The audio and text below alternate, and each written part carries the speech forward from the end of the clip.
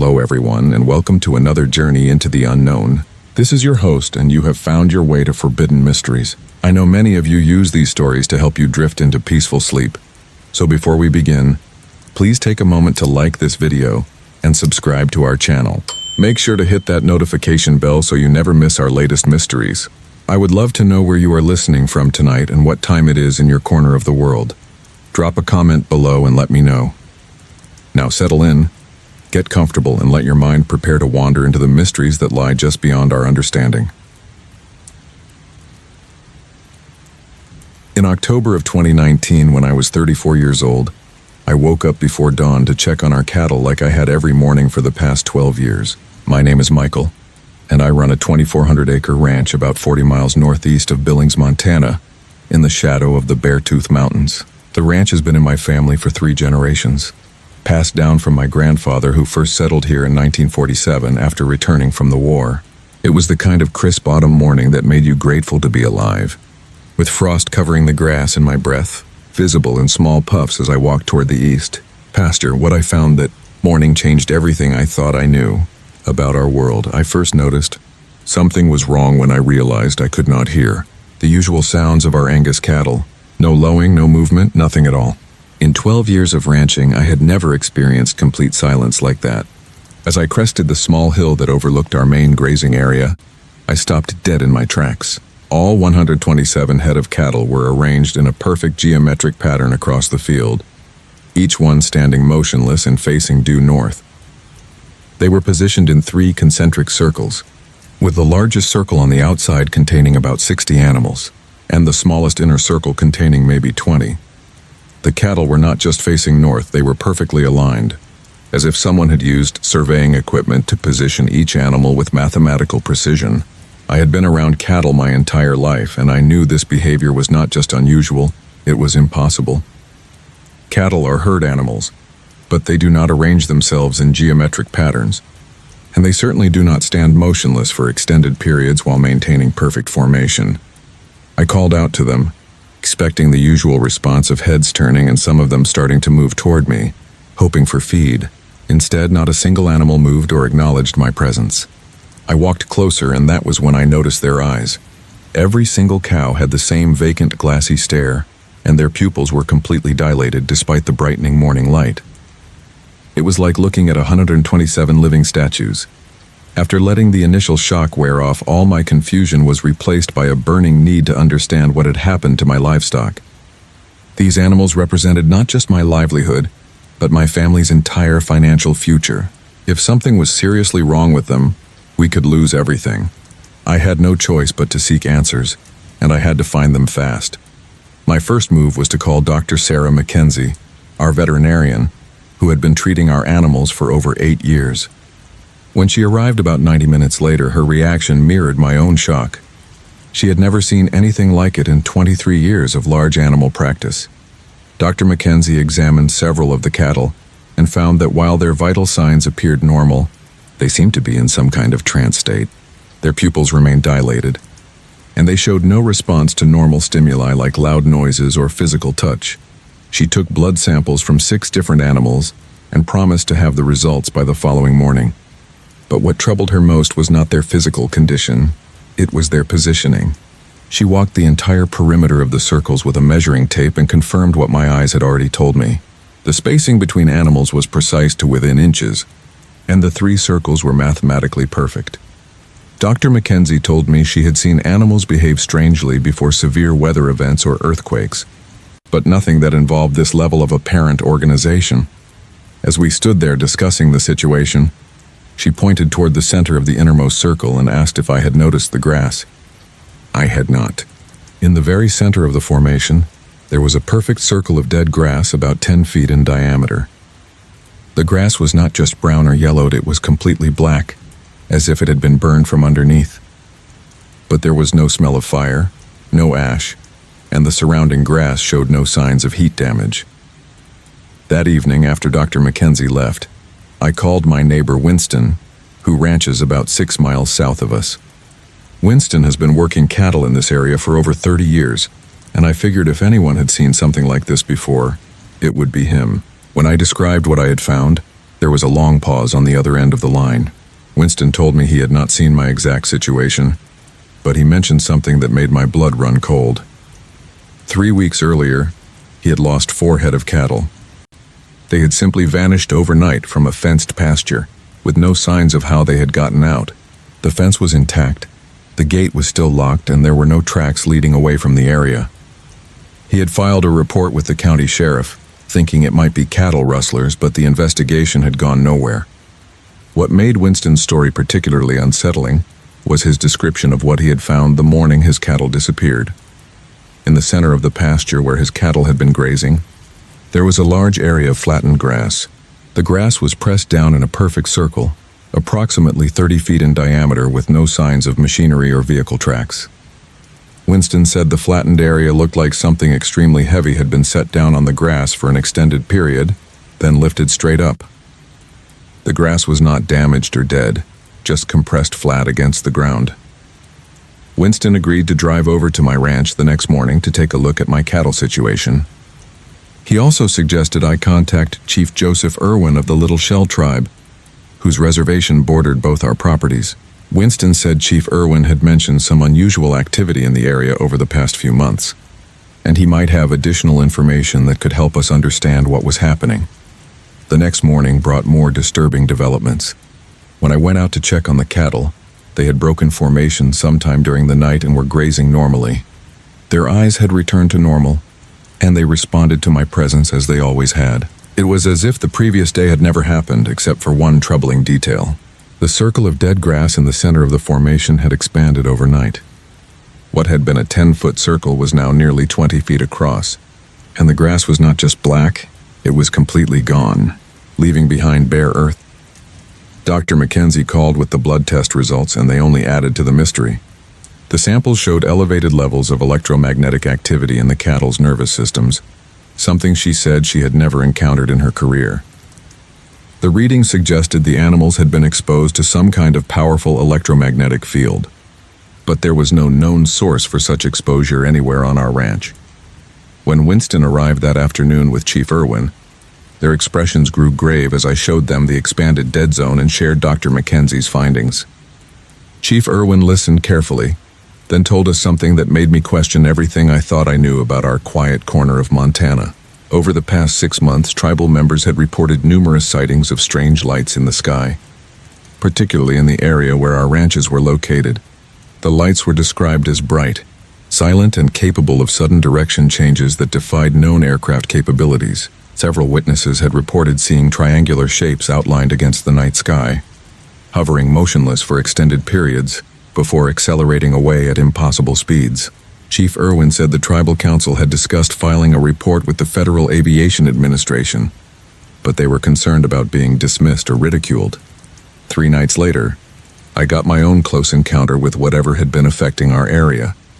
I was doing a final check on the cattle around 10:30 in the evening when I noticed an unusual brightness on the horizon to the north. At first I thought it might be the lights from a distant town, but the glow was moving. As I watched, 3 distinct points of light became visible, arranged in a triangular formation and approaching our ranch at a steady pace. The lights were completely silent, which immediately ruled out any conventional aircraft I was familiar with. As they came closer, I could make out the outline of a massive triangular object, easily the size of a football field. The craft was hovering about 500 feet above our east pasture, directly over the area where I had found the cattle in formation 4 days earlier. I ran back to the house and grabbed my camera, hoping to capture evidence of what I was seeing. But when I pointed the camera at the craft, the display screen showed nothing but static. My cell phone was completely dead, even though it had been fully charged when I came outside. The electrical system in the house had also shut down, leaving us in complete darkness. The craft remained stationary for what felt like an hour, though without any working clocks, I could not be certain of the time. During that period, I experienced the most unsettling sensation I have ever felt in my life. It was as if something was scanning me, examining every aspect of my being from the inside out. I could not move, could not call out, could not even close my eyes. I was completely paralyzed but fully conscious and aware of everything happening around me. When the paralysis finally lifted, the craft was gone, The lights in the house came back on, and my electronic devices were functioning normally again.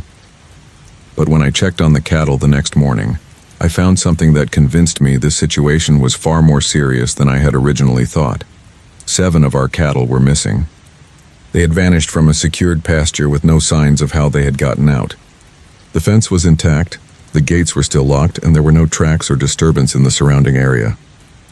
But in the center of the pasture, there was a new circle of dead earth, this one nearly 40 feet in diameter. I called Chief Irwin immediately, and he arrived within the hour, accompanied by 2 men he introduced as federal investigators. They examined the scene thoroughly, took soil samples from the dead area, and interviewed me extensively about my experiences. When I asked them directly if they were investigating UFO activity in our area, one of them confirmed that there had been an increase in unexplained phenomena throughout Montana and the surrounding states over the past year. The investigator told me something that both reassured and terrified me. He said my ranch was not the first location where they had documented cattle disappearances associated with unexplained aerial phenomena. There had been similar incidents in Wyoming, Colorado, and North Dakota, all following the same pattern. Geometric arrangements of remaining animals, areas of dead vegetation, and the complete disappearance of selected livestock with no conventional explanation. What troubled the investigators most was the apparent escalation in activity. The incidents had been occurring with increasing frequency, and the number of missing animals was growing larger with each event. They warned me that my ranch might experience additional visitations, and they provided me with equipment to document any future encounters. That was 3 months ago. Since then, we have had 4 more visits from the triangular craft, and we have lost a total of 23 head of cattle. The investigators return after each incident to collect evidence and interview me, but they have been unable to provide any explanation for what is happening or why our ranch seems to be a focal point for this activity. The financial impact has been devastating. 23 head of prime Angus cattle represents over $60,000 in livestock value, and our insurance company refuses to cover the losses because we cannot provide conventional evidence of theft or predation.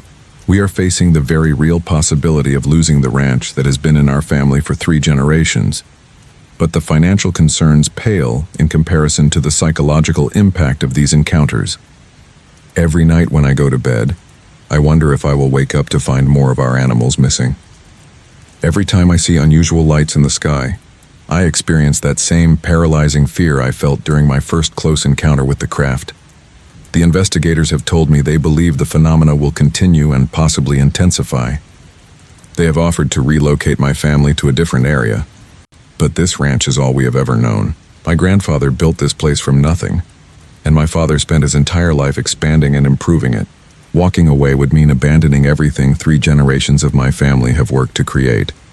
As I write this in early January of 2020, I am preparing for what the investigators believe will be the largest visitation event yet. They have installed additional monitoring equipment around our property, and they have a response team standing by in Billings. But I know that if these beings, or whatever they are, decide they want the rest of our cattle, there is absolutely nothing we can do to stop them. I keep thinking about what Chief Irwin told me during our last conversation. He said his grandfather had spoken of similar incidents in the 1940s, shortly after the area began seeing unusual military activity. According to tribal oral history, strange lights had been appearing in Montana skies for decades, and they were always associated with the disappearance of animals and sometimes people. The investigators have asked me to keep documenting everything and to contact them immediately if we have another visitation. They believe our case may be the key to understanding a phenomenon that has been affecting rural communities across the American West for much longer than anyone previously realized. But I cannot help but wonder if some mysteries are not meant to be solved, and if our attempts to understand these beings might be bringing them closer to taking everything we have left. In March of 2018, when I was 28 years old, I finished my night shift at Riverside General Hospital in Springfield, Illinois, at exactly 6:30 in the morning. My name is Jennifer, and I had been working as a registered nurse in the intensive care unit for about 4 years at that point. It was a typical Thursday morning after what had been a relatively quiet night in the ICU, with only 2 critical patients requiring constant monitoring throughout my 12-hour shift. I remember the details of that morning with perfect clarity up until I got into my car. I had said goodbye to the day shift nurses coming in, grabbed my purse and jacket from my locker, and walked out to the employee parking garage. The drive from the hospital to my apartment in Chatham normally took exactly 37 minutes on the back roads, a route I had taken hundreds of times without incident. What I cannot explain is how I arrived home at 10:15 in the morning. With no memory of the previous 3 hours and 15 minutes, the first thing I noticed when I pulled into my driveway was that my fiancé David's car was still there, which was unusual because he typically left for his job at the insurance office by 7:45 every morning. When I walked through the front door, I found him sitting at the kitchen table with his laptop open, clearly agitated and worried. The moment he saw me, his expression changed from concern to confusion, then to something that looked almost like anger. David immediately started asking me where I had been and why I had not answered my phone. He told me he had been calling me every 15 minutes since 7:30, when I should have been home from work. He had even called the hospital to see if I had picked up an extra shift, but the charge nurse confirmed that I had clocked out at 6:30 as scheduled. David said he was about 10 minutes away from calling the police to report me missing. I tried to explain that I'd come straight home from work, but when I looked at the clock on the microwave, I realized that something was seriously wrong. I distinctly remembered leaving the hospital parking garage in the pre-dawn darkness, but now it was full daylight outside, and I had no recollection of the time in between. David showed me the call log on his phone, proving that he had been trying to reach me for nearly 3 hours. The most disturbing part was when I checked the odometer in my car. When I had started my drive home, the reading was 47,832 miles. Now it showed 47,167 miles, meaning I had driven 135 additional miles during those missing hours. The drive from the hospital to my apartment was only 31 miles, which meant I had driven an extra 104 miles somewhere. But I had absolutely no memory of where I had been or what I had done. After letting the initial shock wear off, all my confusion was replaced by a burning need to understand what had happened to me during those missing hours. David was convinced that I had either had some kind of medical episode or had been in an accident and was suffering from temporary amnesia, but I felt fine physically, and there was no damage to my car that would suggest I had been in any kind of collision. I had no choice but to seek answers elsewhere, and I had to find them quickly because the not knowing was driving me to the edge of panic. My first step was to retrace the route I should have taken home from the hospital.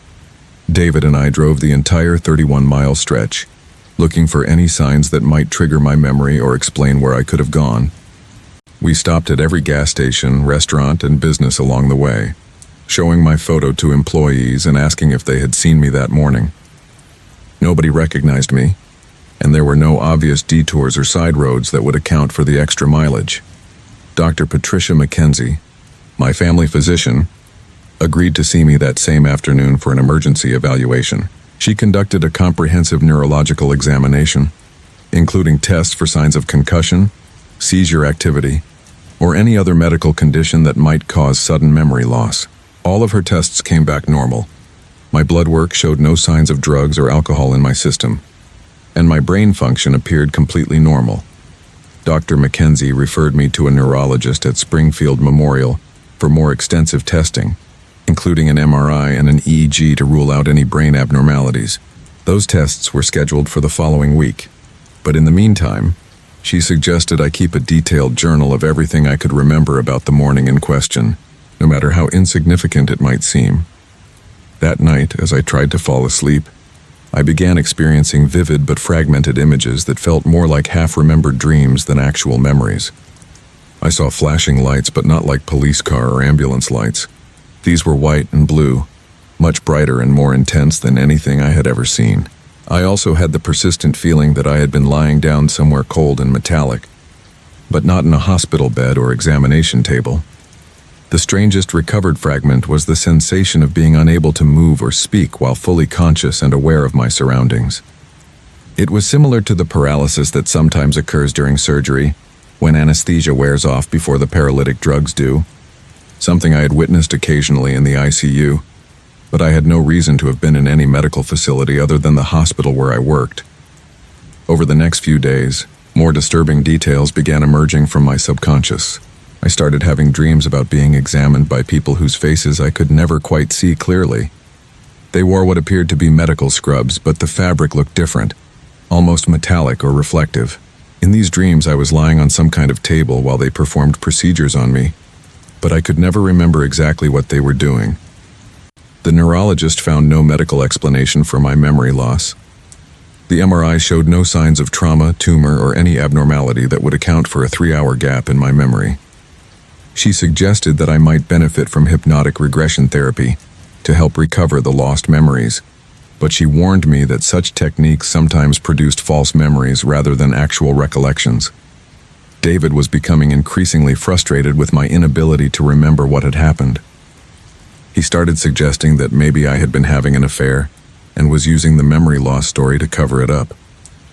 The accusation hurt deeply because I had never been unfaithful to him, and I could not understand why he would think I was capable of such deception. Our relationship began deteriorating as his suspicion grew and my anxiety about the missing time intensified. I decided to try hypnotic regression therapy with Dr. Thomas Irwin, a licensed psychologist who specialized in memory recovery. During our first session, he explained that hypnosis could help me access memories that might have been suppressed due to trauma or shock.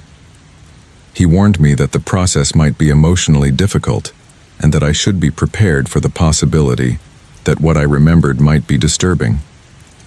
Under hypnosis, I began recalling details that were far more unsettling than anything I had experienced in my dreams.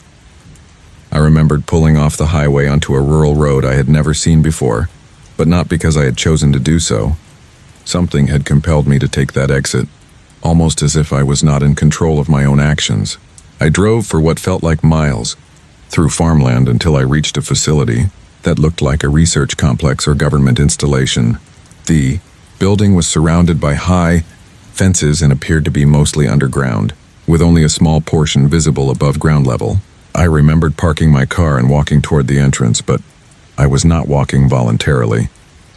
It was as if my body was moving without any input from my conscious mind. I could see everything that was happening, but I could not control my actions or speak.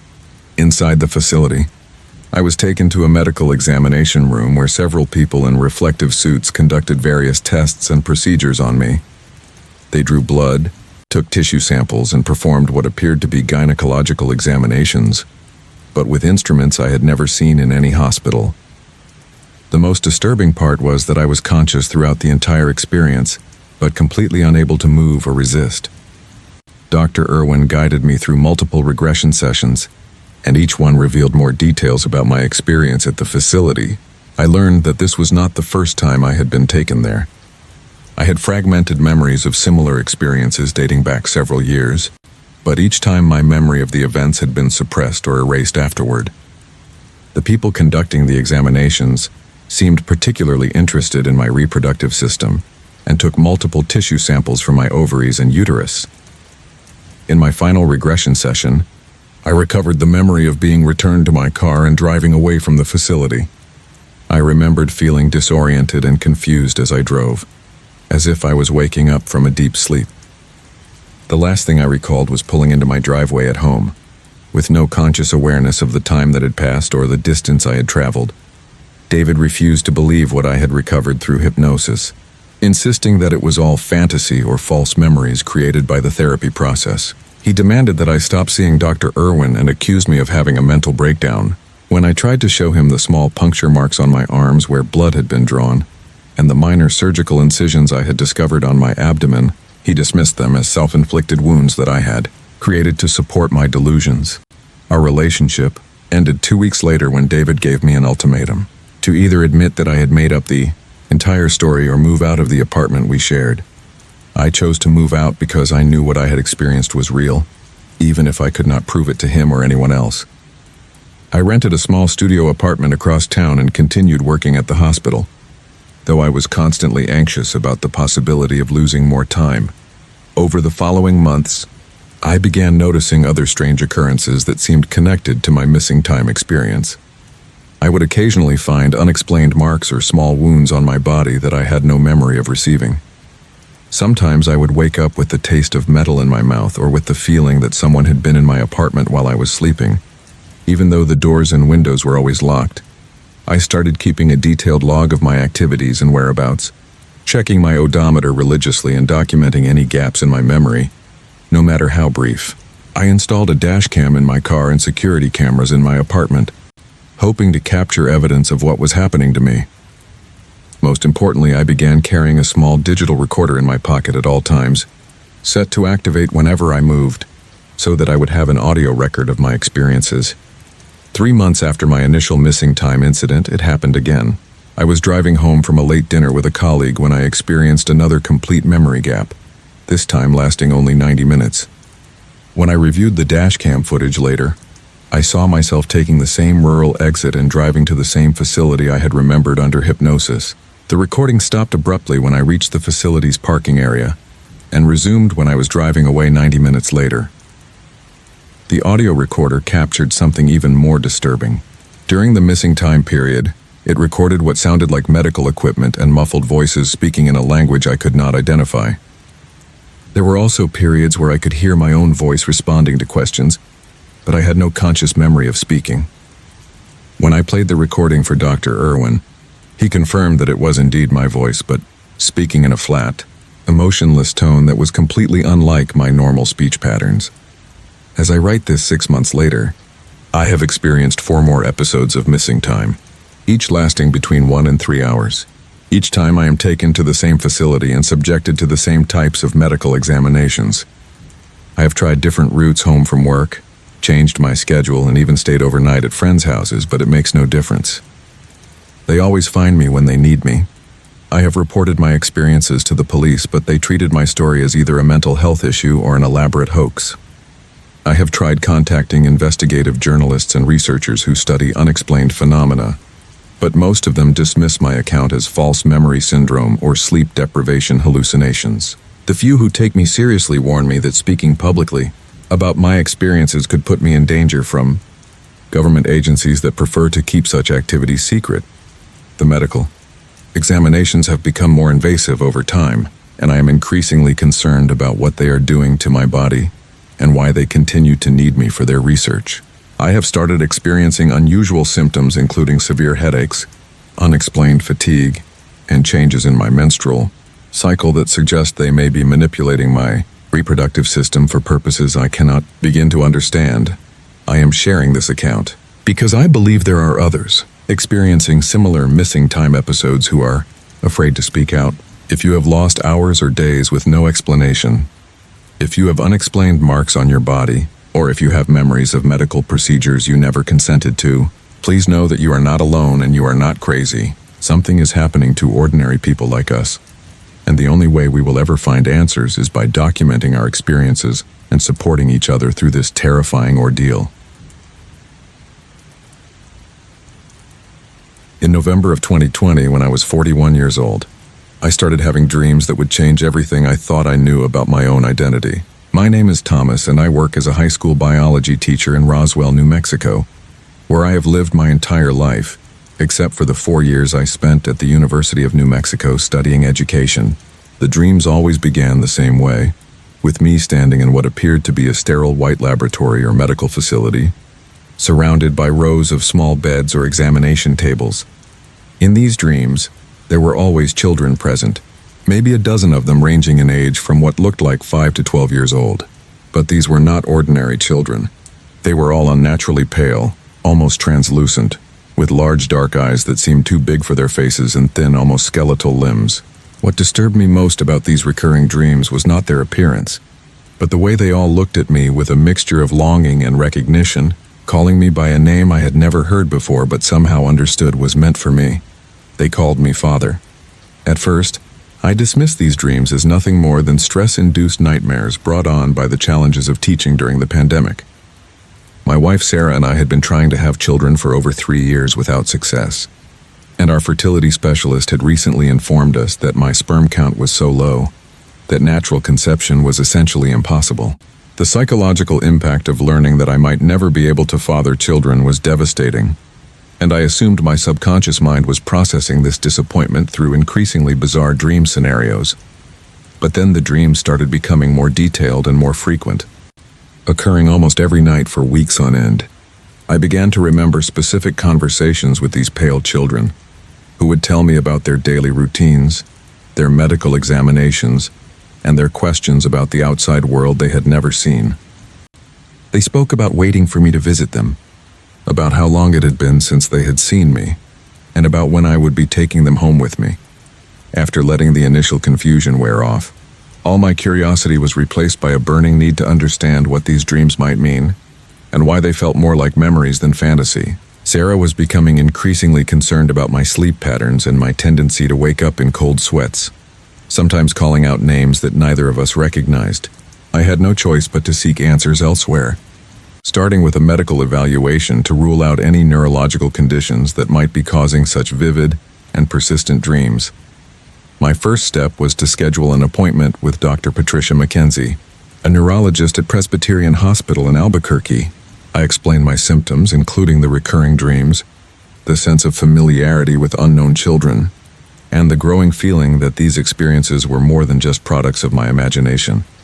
Dr. McKenzie ordered a comprehensive battery of tests, including an MRI, blood work, and psychological evaluations to determine if there might be an organic cause for my experiences. While waiting for the test results, I decided to pursue another avenue of investigation that had been nagging at me since the dreams began. I contacted the fertility clinic where Sarah and I had been receiving treatment and requested copies of all my medical records, including the results of genetic testing that had been performed as part of our infertility workup. What I discovered in those records would fundamentally alter my understanding of my own biology and force me to confront possibilities I had never considered. The genetic analysis revealed several anomalies in my DNA that the fertility specialist had mentioned briefly but not explained in detail. According to the report, I carried genetic markers that were extremely rare in the general population, occurring in fewer than 1 in 10 million individuals. More disturbing was a notation indicating that some of my genetic sequences did not match any known human variants in existing databases, suggesting what the report diplomatically termed unique hereditary characteristics. When I contacted the fertility clinic to ask for clarification about these findings, Dr. Jennifer Irwin, the geneticist who had analyzed my samples, agreed to meet with me privately. During that meeting, she revealed information that she said she had been instructed not to share with patients unless specifically asked. She told me that my genetic profile had been flagged by a federal database monitoring system, and that copies of my test results had been automatically forwarded to an undisclosed government agency. Dr. Irwin explained that in her 20-year career, she had encountered only 3 other cases with genetic anomalies similar to mine. In each instance, the patients had reported unusual childhood experiences, including missing time, unexplained medical procedures, and recurring dreams or memories involving non-human entities. She warned me that pursuing further investigation into my genetic background might attract unwanted attention from agencies that preferred to keep such matters confidential. Despite her warnings, I was determined to understand the connection between my unusual genetics and the increasingly vivid dreams about the pale children who called me father. I began researching online forums and support groups for people who had experienced similar phenomena, eventually discovering a network of individuals who shared remarkably consistent stories about genetic testing, government monitoring, and contact with hybrid beings. Through these connections, I learned about Dr. Marcus Winston, a former researcher at Los Alamos National Laboratory, who had been terminated from his position after attempting to publish findings about a classified genetic research program.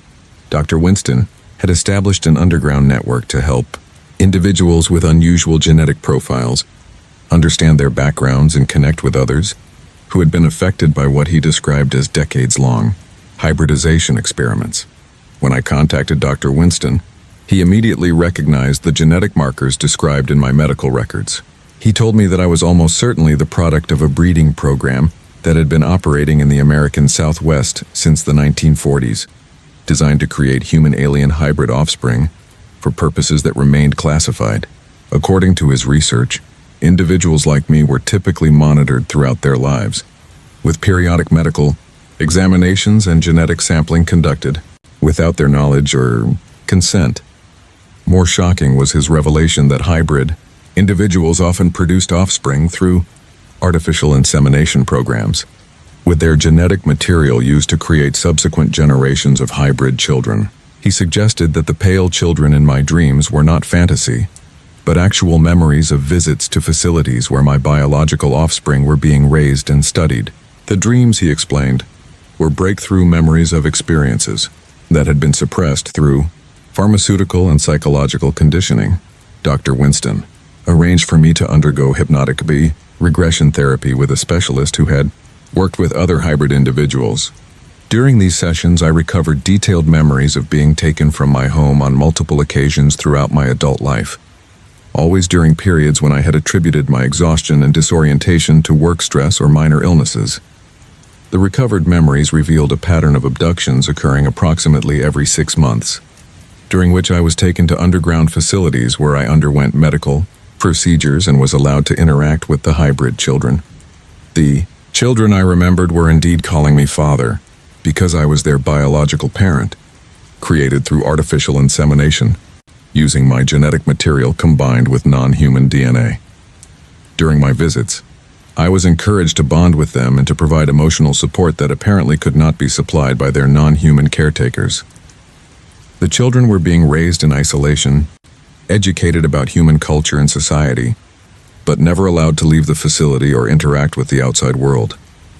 As my recovered memories became more detailed, I learned that there were dozens of facilities throughout the United States where thousands of hybrid children were being raised for purposes that were never fully explained to me.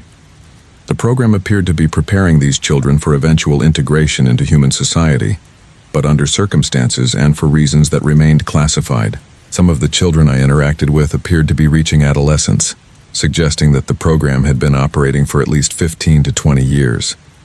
The most disturbing recovered memory involved a conversation with one of the facility supervisors, a human woman who explained that my cooperation with the program was not voluntary. She told me that hybrid individuals like myself were considered property of the government agencies conducting the research, and that our reproductive capabilities would be utilized for as long as we remained genetically viable.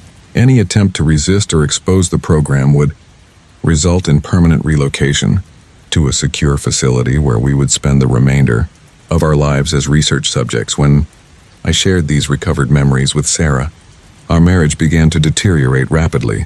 She was unable to accept the possibility that I had been unknowingly participating in a government breeding program, and she became convinced that I was suffering from a severe psychological breakdown. Her refusal to believe my experiences, combined with her discovery that I might have biological children I had never told her about, created an insurmountable rift between us. The situation became even more complicated when I started experiencing what appeared to be surveillance and monitoring of my daily activities. I noticed unfamiliar vehicles parked near our house for extended periods, strangers following me to and from work, and unusual electronic interference with my phone and computer. When I attempted to contact other members of Dr. Winston's network, I discovered that several of them had recently disappeared or had stopped responding to communications. Dr. Winston himself warned me that my investigation had likely triggered increased monitoring, and that I should be prepared for more direct intervention if I continued pursuing information about the hybrid program. He advised me to document everything I could remember, and to establish secure communication channels with trusted individuals who could serve as witnesses to my experiences. Most importantly, he urged me to avoid any actions that might be interpreted as attempts to locate or rescue the hybrid children, as such behavior would almost certainly result in my permanent detention.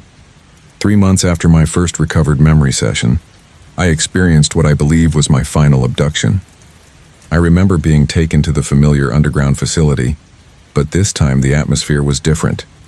The children I had been visiting were no longer present, and I was informed by facility personnel that they had been relocated to a different program phase.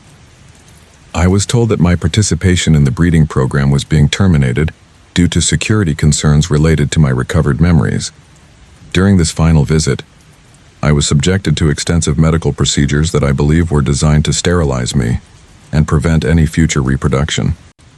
I was also given pharmaceutical treatments that were intended to suppress my recovered memories and eliminate my ability to access information about the hybrid program. When I regained consciousness at home 2 days later, I found that large portions of my recent memories had been erased, and I could no longer recall many of the details I had recovered through hypnotic regression. However, the treatments were not entirely successful. I still retain fragmented memories of my hybrid children and my visits to the underground facilities. I continue to have dreams about the pale children, though they are less frequent and less detailed than before.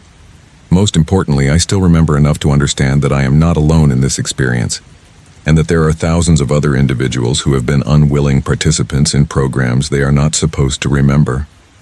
Sarah and I divorced 6 months later. She could not reconcile the person she thought she had married with the reality of what I had experienced, and I could not return to the naive ignorance I had lived in before recovering my memories. I continue to work as a teacher, but I live with the constant awareness that I am being monitored and that any attempt to investigate further or share my experiences publicly could result in consequences I cannot predict. Document my experiences not because I believe they will lead to justice or exposure of the programs that affected me, but because I know there are others out there who are struggling to understand similar experiences. If you have unexplained fertility issues, unusual genetic test results, or dreams about children you have never met who treat you as a parent, you may be part of something much larger than you realize. The hardest part of living with this knowledge is accepting that I have biological children I will never be allowed to know, and that they are being raised in circumstances I cannot influence or improve. They are growing up in isolation, being prepared for a future role in society that may never allow them to experience normal human relationships or freedom. As their father, I am powerless to protect them or even to let them know that I remember them and think about them every day. As I write this in early 2021, I continue to search for others who have been affected by similar programs. Dr. Winston's network has been largely dismantled, and many of the resources that once existed for hybrid individuals have disappeared. But I believe it is important to document these experiences and to maintain hope that someday the truth about these programs will be revealed and the children who have been created through them will be given the chance to live as free human beings. The pale children in my dreams may be gone, but they are not forgotten. They are my children, and regardless of the circumstances of their creation or the purposes for which they are being raised, they deserve better than the isolated existence that has been imposed upon them. I will continue to remember them and to hope for their eventual freedom even if I am never allowed to see them again. In August of 2017, when I was 45 years old, I was driving my regular route from Reno to Las Vegas on Highway 50, a stretch of road known to truckers as the loneliest highway in America. My name is Patricia, and I had been hauling freight through the Nevada desert for over 12 years, making this particular run at least twice a month. I knew every truck stop, every rest area, and every mile marker between those two cities better than I knew the layout of my own apartment back in Carson City. What I encountered that night on a desolate stretch of highway near Austin, Nevada, would challenge everything I thought I knew about what shared our skies. I left Reno at around 9:30 in the evening, which was my usual departure time for overnight runs. The weather was clear, with no wind and excellent visibility, perfect conditions for night driving through the desert. My rig was carrying a load of electronics bound for a distribution center in Henderson, and I was looking forward to an uneventful trip that would have me back home by late morning. Everything proceeded normally until I was about 60 miles east of Austin, driving through a particularly remote section where there are no towns, no other roads, and barely any traffic even during daylight hours. It was around 1:15 in the morning when I first noticed the lights in my rearview mirror. At first I assumed it was another truck that had caught up to me, which was not unusual on long desert highways where drivers often travel in informal convoys for safety and companionship. But as I watched the lights in my mirrors, I realized something was not quite right. The lights were much brighter than standard truck headlights, and they seemed to be arranged in a triangular pattern rather than the typical paired configuration. The light had an unusual quality to it as well, more white and intense than the yellowish glow of halogen or even LED headlights. I tried adjusting my mirrors to get a better look at whatever was following me, but the lights were so bright they created a glare that made it difficult to see any details of the vehicle producing them. I slowed down from my usual highway speed of 65 miles per hour to about 50, expecting the other driver to pass me as most truckers would in that situation. Instead, the lights slowed down as well, maintaining the same distance behind my trailer. After letting the initial confusion wear off, all my curiosity was replaced by a burning need to understand what was following me through the Nevada desert.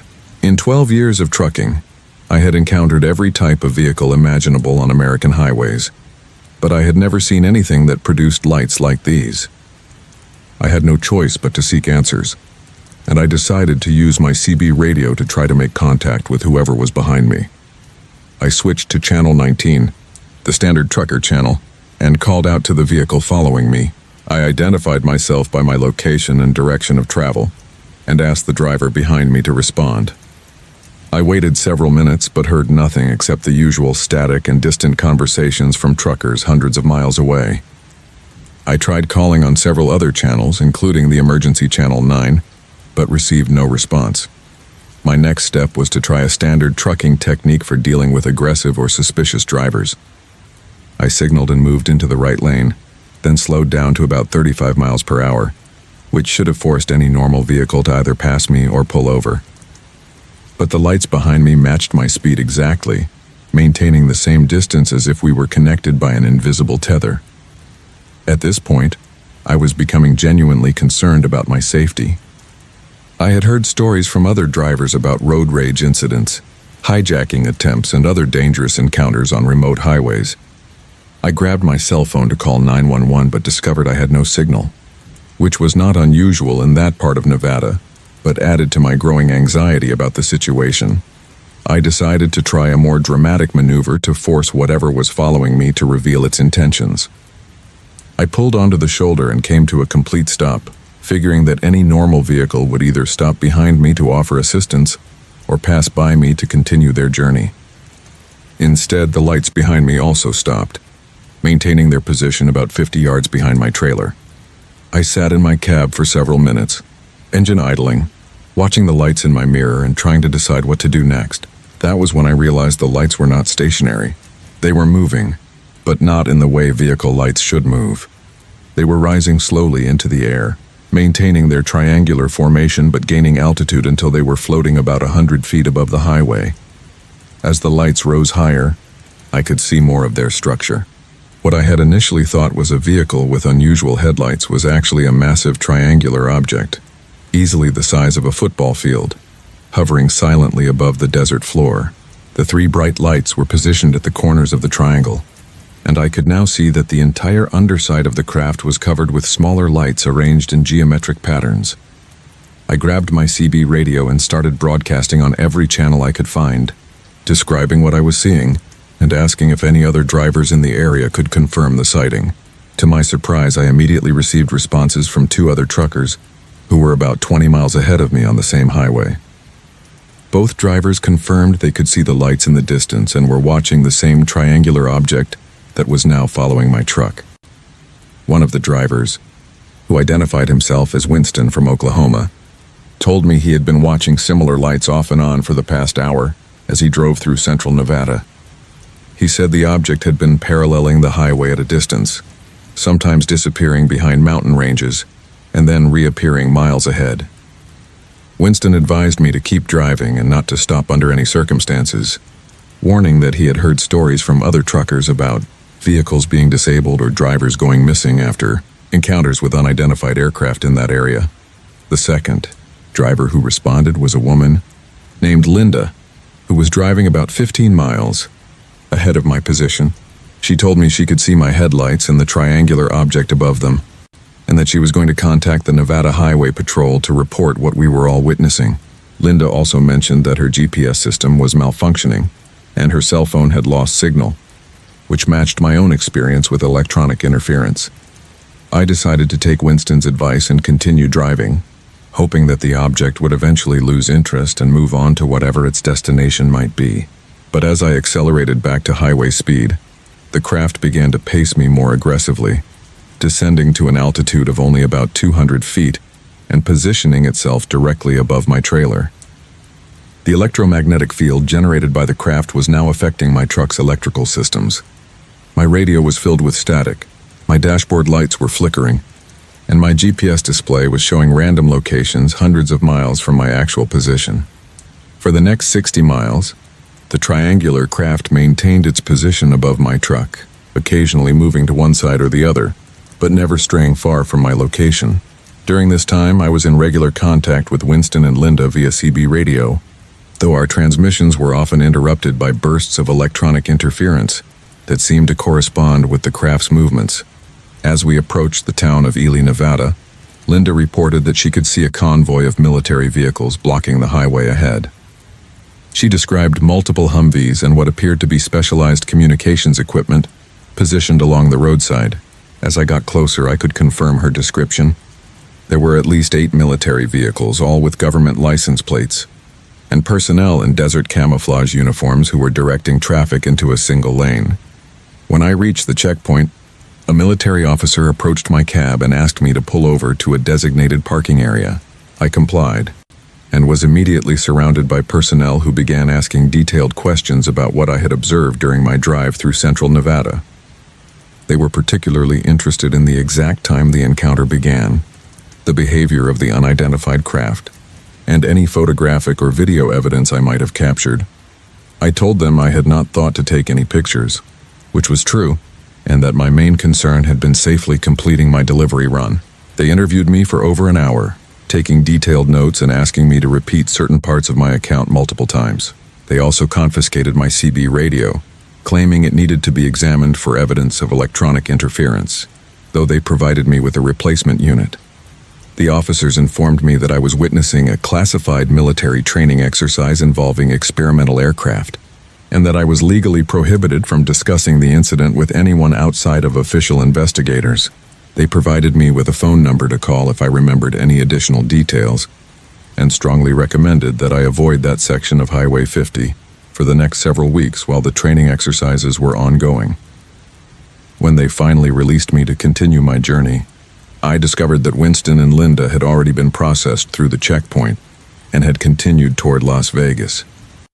I tried to contact them on my new CB radio, but received no response.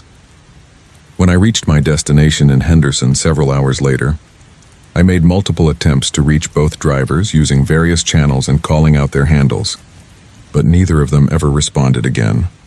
Over the following days, I tried to research what I had experienced, looking for information about military training exercises in central Nevada, and attempting to contact other truckers who might have had similar encounters. What I discovered was deeply disturbing. There was no record of any scheduled military exercises in the area where I had seen the triangular craft, and the Nevada Highway Patrol had no reports of traffic stops or checkpoints on Highway 50 during that time period. When I called the phone number the military officers had given me, the line was disconnected. I tried calling the main number for the Nevada National Guard and asking about the incident, but was told that they had no record of any personnel being deployed to Highway 50 on that date. It was as if the entire encounter had been erased from official records. More troubling was what happened when I tried to contact my trucking company to report the delay in my delivery schedule. My dispatcher told me that according to their GPS tracking system, I had completed the run from Reno to Henderson in normal time, with no stops or delays. The electronic logs in my truck showed the same information, even though I clearly remembered being stopped at the military checkpoint for over an hour. I began reaching out to other truckers through online forums and CB radio networks, trying to find Winston and Linda or anyone else who might have witnessed what I had seen. After several weeks of searching, I finally made contact with a driver who claimed to be Winston from Oklahoma. But when I described our encounter in detail, he denied any knowledge of the incident and insisted that he had never driven through Nevada in August of 2017. 3 months after the initial encounter, my trucking company informed me that I was being assigned to different routes and would no longer be driving Highway 50. They claimed this was due to a reorganization of delivery schedules, but I suspected it was related to my experience with the unidentified craft. When I pressed my dispatcher for more information, he told me that the decision had come from corporate headquarters and was not open to discussion. I eventually left that trucking company and found work with a smaller outfit that allowed me to choose my own routes. But I have never driven Highway 50 through central Nevada again, and I continue to avoid that area whenever possible. I have also noticed that my commercial driver's license renewals now require additional background checks and security clearances that were not necessary before my encounter with the triangular craft. As I write this in early 2018, I am still searching for answers about what I experienced that night in the Nevada desert. I have contacted investigative journalists, UFO researchers, and government oversight organizations, but none of them have been able to provide explanations for the military checkpoint that officially never existed or the electronic logs that were apparently altered to hide evidence of my delayed journey. What troubles me most is not just the encounter with the unidentified craft, but the systematic cover-up that followed. The fact that official records were altered, witnesses disappeared, and my career was disrupted suggests that what I saw was far more significant than a simple training exercise involving experimental aircraft. I believe there are others like me, professional drivers who have encountered things in remote areas that they are not supposed to talk about.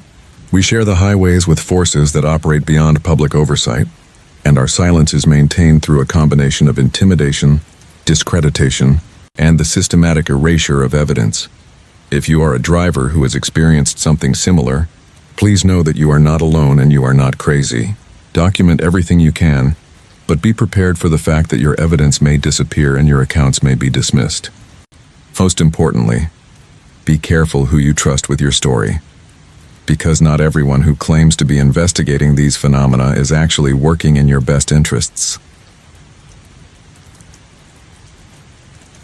In September of 2016, when I was 39 years old, I planned what I thought would be a relaxing weekend camping trip with my two closest friends from college. My name is David, and I work as a campground manager for the Oregon Parks Department, overseeing 3 different recreation areas in the Cascade Mountains.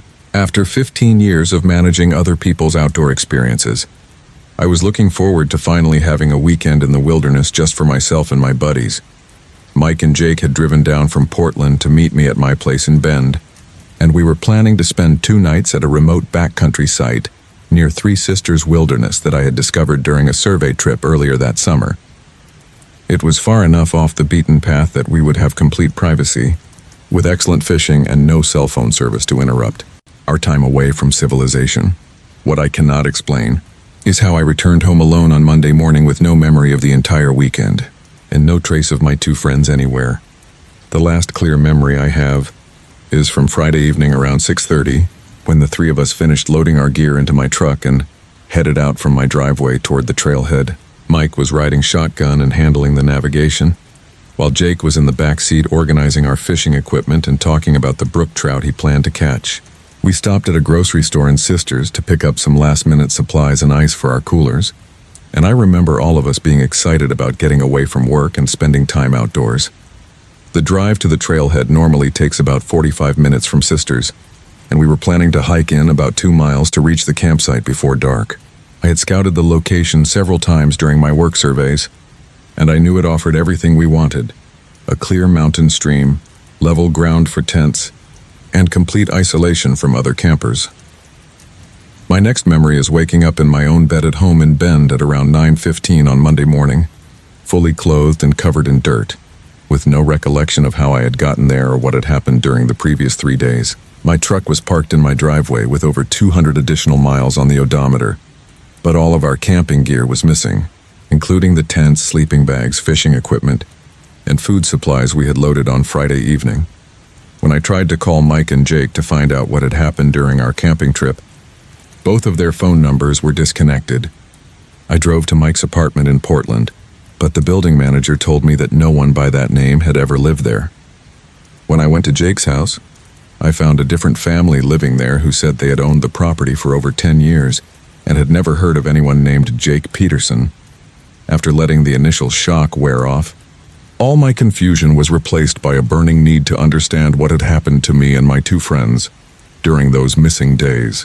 I had no choice but to seek answers elsewhere, starting with my own employer and the local authorities who might have records of our planned camping trip or any incidents that had occurred in the wilderness area over the weekend. My first step was to check with my supervisor at the Parks Department to see if I had filed the required backcountry permit for our camping trip. According to departmental records, I had never submitted any permit application, and there was no documentation that I had planned to visit the Three Sisters Wilderness area that weekend. My supervisor also told me that I had called in sick on Friday afternoon, claiming I had come down with food poisoning and would not be able to work until the following Tuesday. I had no memory of calling in sick or claiming to have food poisoning. As far as I could remember, I had left work on Friday at my normal time and had gone home to meet Mike and Jake for our camping trip. But according to official records, I had not been at work on Friday afternoon and had not been scheduled to return until Tuesday morning.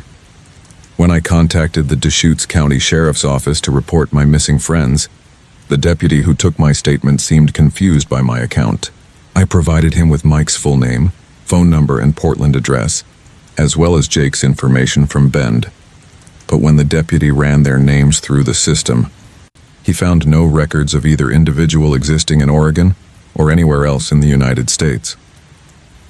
The deputy asked me for additional identifying information about my friends, such as their social security numbers, driver's license numbers, or places of employment. I realized that despite having known both men for over 20 years since our college days at the University of Oregon, I could not provide any of this basic information. I could clearly remember hundreds of conversations, shared experiences, and details about their personalities, but I could not recall specific facts about their lives that should have been readily available. Dr. Patricia McKenzie, my family physician, agreed to examine me when I explained that I had lost an entire weekend with no memory of where I had been or what I had done. She found several unusual physical signs that suggested I had indeed been camping or engaged in outdoor activities during the missing time period. I had multiple insect bites, scratches from tree branches, and sunburn consistent with spending extended time outside. More disturbing was her discovery of what appeared to be injection sites on both of my arms. The marks were small and precisely placed, suggesting medical procedures rather than accidental injuries. Dr. McKenzie ordered blood tests to determine if I had been given any drugs or medications that might account for my memory loss, but the results showed only trace amounts of substances she could not identify. I decided to drive back to the area where we had planned to camp, hoping that visiting the location might trigger some memories of what had actually happened over the weekend. When I reached the trailhead, I discovered that my truck's GPS system had recorded multiple visits to the area between Friday evening and Monday morning, but the specific locations did not match the campsite I had originally selected. According to the GPS data, I had spent time at coordinates that placed me nearly 10 miles deeper into the wilderness than our planned destination, in an area I had never explored during my professional surveys. I hiked to those coordinates and found evidence of recent human activity, including the remains of several campfires and areas where the ground had been disturbed, but no trace of our camping equipment or any clues about what had occurred there. At one of the sites indicated by my GPS, I discovered something that made my blood run cold. There were 3 distinct areas where the ground showed impressions consistent with sleeping bags or bodies, lying motionless for extended periods. The impressions were arranged in a triangular pattern, and each was surrounded by small holes in the earth that looked like they had been made by metal stakes or probes. When I returned home and began searching through my college records and photo albums, I made a discovery that challenged everything I thought I knew about my own past. I could find no photographs, documents, or other evidence that Mike and Jake had ever existed. Our supposed college friendship, our shared experiences, and our regular contact over the past 20 years had apparently been completely fabricated. But the memories felt absolutely real. I could recall specific conversations we had had just weeks before our planned camping trip. I remembered Mike's distinctive laugh and Jake's habit of quoting obscure movies. I had detailed memories of birthday parties, fishing trips, and countless other shared experiences spanning 2 decades of friendship. I began keeping a detailed journal of everything I could remember about Mike and Jake, documenting our supposed history together, and trying to identify any inconsistencies or impossible details. What I discovered was that while my memories of them were vivid and extensive, they contained no verifiable facts that connected them to the real world. They existed perfectly in my mind, but had left no trace in objective reality. 3 months after the missing weekend, I started experiencing vivid dreams that felt more like recovered memories than fantasies. In these dreams, I was lying on some kind of examination table in a sterile white room, surrounded by figures in metallic suits who were conducting various tests and procedures on me. The figures communicated with me telepathically, asking detailed questions about my work as a campground manager and my knowledge of remote wilderness areas. During these dream sequences, I could see Mike and Jake lying on similar tables nearby, but they appeared to be unconscious or sedated. The metallic figures explained that they were researchers studying human outdoor recreation behavior and wilderness survival capabilities. They had been monitoring me for years through my work in the park system, and they had created artificial personas of Mike and Jake to provide realistic social context for their experiments. The researchers told me that I had been selected for a comprehensive study of human adaptation to wilderness environments under controlled conditions. The missing weekend had been spent in a simulated outdoor environment where my responses to various survival scenarios had been observed and recorded. Mike and Jake had been part of the simulation, designed to test how I would react to the apparent disappearance of companions during a wilderness emergency. When I shared these recovered memories with Dr. Mackenzie, she referred me to a specialist in trauma psychology who had experience with cases involving memory manipulation and false memory implantation. During several sessions with Dr. Thomas Irwin, I underwent hypnotic regression therapy to try to recover additional details about the missing weekend. Under hypnosis, I remembered being taken from our campsite by the metallic figures and transported to an underground facility that appeared to be built into the mountainside. The facility contained multiple research laboratories, holding areas for human subjects and sophisticated equipment for conducting psychological and physiological experiments. I was held there for the entire weekend while researchers studied my reactions to various stimuli and scenarios. The most disturbing aspect of the recovered memories was the revelation that I was not the only subject in the facility. There were dozens of other individuals who had been taken from campsites, hiking trails, and remote areas throughout the Pacific Northwest. Some appeared to have been there for days or weeks, while others seemed to be long-term residents who had been held for months or years.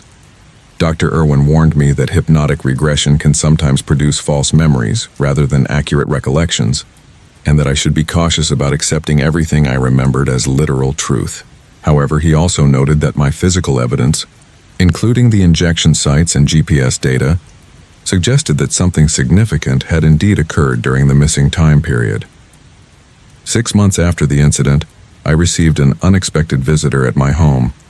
A man identifying himself as Agent Mackenzie from the U.S. Forest Service appeared at my door and asked to speak with me about my experience in the Three Sisters Wilderness.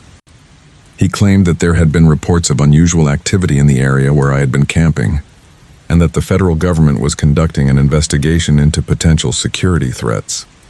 Agent Mackenzie asked detailed questions about my memories of the weekend, my dreams and recovered recollections, and any documentation I might have collected about the incident. He was particularly interested in my GPS data and wanted to examine my truck's electronic systems. When I asked him about the underground facility I remembered visiting, his demeanor changed noticeably, and he advised me to avoid returning to that area of the wilderness for my own safety. Before leaving, Agent Mackenzie provided me with a phone number and told me to contact him immediately if I remembered any additional details about my experience or if I encountered anything unusual during my work as a campground manager. He also strongly recommended that I not discuss my experience with other people, as it might compromise an ongoing federal investigation. As I write this in early 2017, I continue to work as a campground manager, but I have requested reassignment to facilities that are closer to populated areas and have better communication capabilities. I no longer take solo camping trips or venture into remote wilderness areas without backup support. Most importantly, I have installed security cameras around my home and carried GPS tracking devices whenever I travel, hoping to document any future incidents that might occur. The hardest part of living with this experience is accepting that 2 decades of friendship with Mike and Jake were apparently artificial, constructs created for research purposes. The memories of our shared experiences remain vivid and meaningful to me, but I now understand that they may have been implanted rather than lived. This realization has made me question other aspects of my past and wonder what else in my life might not be what it seems. In January of 2019, when I was 52 years old, I discovered something in my medical files that would shatter everything I thought I knew about reproductive medicine and human biology. My name is Dr. Sarah, and I had been working as a fertility specialist at Pacific Reproductive Health Center in San Diego, California, for over 18 years. In that time, I had helped hundreds of couples overcome infertility challenges and had built a reputation as one of the most successful practitioners on the West Coast. What I uncovered in our patient database would force me to confront the possibility that my entire career had been built on a foundation of lies and unethical experimentation involving non-human genetic material. The discovery began with what should have been a routine review of patient files during our annual audit for insurance compliance. I was examining the records of successful pregnancies from the previous year when I noticed an unusual pattern in the genetic screening results. Several patients had conceived despite medical conditions that should have made natural pregnancy impossible, and their babies were showing genetic markers that did not match either parent. At first, I assumed these were simply documentation errors or laboratory mix-ups that had occurred during the testing process. But as I examined more files, I found dozens of similar cases spanning back over 10 years. Women with complete ovarian failure were giving birth to healthy children. Couples where the male partner had been diagnosed with absolute sterility were celebrating successful pregnancies. Most disturbing of all, the genetic profiles of these children showed DNA sequences that did not exist in any known human population. After letting the initial confusion wear off, all my scientific curiosity was replaced by a burning need to understand what was happening in my own clinic. These cases represented not just medical anomalies, but fundamental violations of everything I understood about human reproduction and genetics. I had no choice but to investigate further, even though I suspected what I might discover could destroy my career and possibly put me in danger. My first step was to examine the laboratory procedures and genetic testing protocols we had been using for these unusual cases. I discovered that all of the anomalous pregnancies had been processed through a special program called the Enhanced Fertility Protocol, which had been introduced to our clinic by federal researchers in 2008. The program was supposedly designed to help couples with the most severe fertility challenges, using advanced techniques that were not available through conventional treatment. When I tried to access the detailed records of the Enhanced Fertility Protocol, I found that most of the documentation was classified and stored in a separate database that required security clearances I did not possess. The files I could access contained minimal information about the actual procedures being performed, but they did reveal that the program was funded by grants from the Department of Defense and the National Institutes of Health. Dr. Patricia McKenzie, our clinic's geneticist, agreed to help me investigate the unusual DNA profiles we had discovered.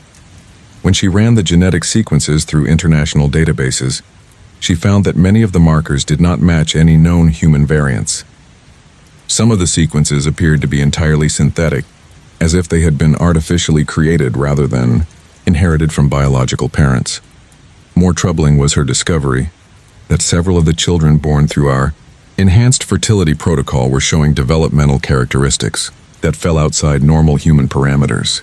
They were reaching developmental milestones earlier than typical children, showing enhanced cognitive abilities, and displaying unusual physical traits such as increased bone density and altered eye pigmentation. When Dr. McKenzie tried to contact the parents of these children to arrange follow-up examinations, she discovered that many of the families had moved away from the San Diego area shortly after giving birth. The forwarding addresses they had provided to our clinic were either non-existent or led to empty buildings. It was as if these families had simply vanished once their children were born. I decided to examine the original intake, interviews, and medical histories of the parents who had participated in the Enhanced Fertility Protocol. What I found was deeply disturbing. Many of these couples had been referred to our clinic by government agencies or military medical facilities, rather than by private physicians or other fertility specialists. Their medical records showed patterns of previous experimental treatments and unusual genetic testing that had been conducted at federal research installations. The most shocking discovery came when I found video recordings of several Enhanced Fertility Protocol procedures that had been stored in our secure server system. The recordings showed that the treatments involved far more than conventional fertility techniques. Patients were being injected with unknown substances, subjected to electromagnetic therapy, and exposed to genetic material that was clearly not of human origin. In one particularly disturbing recording, I watched as technicians in hazmat suits introduced what appeared to be alien genetic material into human embryos, using sophisticated laboratory equipment I had never seen before. The resulting hybrid embryos were then implanted into patients who had been told they were receiving conventional in vitro fertilization treatments. When I confronted Dr. Robert Winston, the clinic director who had originally approved our participation in the enhanced fertility protocol, he initially denied any knowledge of unethical procedures, but when I showed him the video evidence I had discovered, his demeanor changed completely. He admitted that he had been recruited by federal researchers to participate in a classified genetic research program that had been operating in fertility clinics across the United States for over 15 years. Dr. Winston explained that the program was designed to create human-alien hybrid offspring as part of a long-term study of genetic compatibility between humans and extraterrestrial species.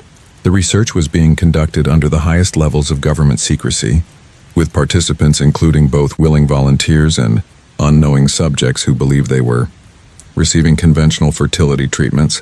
The hybrid children were being monitored throughout their development, with regular medical examinations and psychological evaluations conducted by teams of federal researchers. The ultimate goal of the program was to determine whether human-alien hybrids could serve as intermediaries between our species and alien civilizations that had been in contact with Earth governments since the 1940s. Dr. Winston warned me that my discovery of the program put me in serious danger, and that federal agents would likely contact me within days to demand my silence. He advised me to destroy any evidence I had collected, and to never speak about what I had learned to anyone outside of authorized government personnel.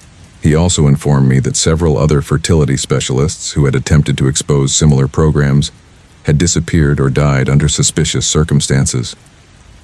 2 days later, I was visited at my home by 3 individuals who identified themselves as agents from the Department of Homeland Security.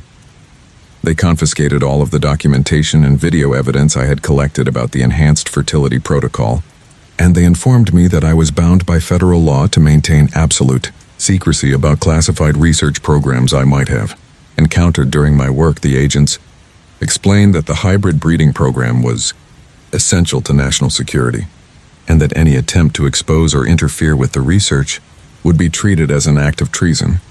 They provided me with new employment, contracts that included extensive confidentiality clauses, and threatened severe legal consequences if I violated my obligations to maintain security. When I refused to sign the new contracts and demanded to know what had happened to the hybrid children and their families, the agents became more aggressive in their approach. They informed me that I had no choice but to cooperate with the program, and that my medical license and personal safety depended on my continued silence and participation. Over the following weeks, I began experiencing surveillance and intimidation tactics designed to ensure my compliance. My home phone was tapped, my mail was being intercepted, and I noticed unfamiliar vehicles following me to and from work. When I tried to contact other fertility specialists to warn them about what might be happening at their clinics, I discovered that many of them had been recruited into similar programs or had been threatened into silence. I made the difficult decision to resign from Pacific Reproductive Health Center and relocate to a different state, hoping to escape the federal monitoring and find a way to expose what I had discovered.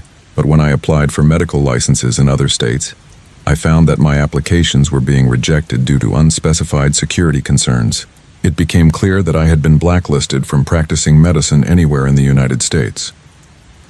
Dr. Marcus Irwin, a former colleague who had moved to Canada several years earlier, agreed to help me investigate the scope of the hybrid breeding program.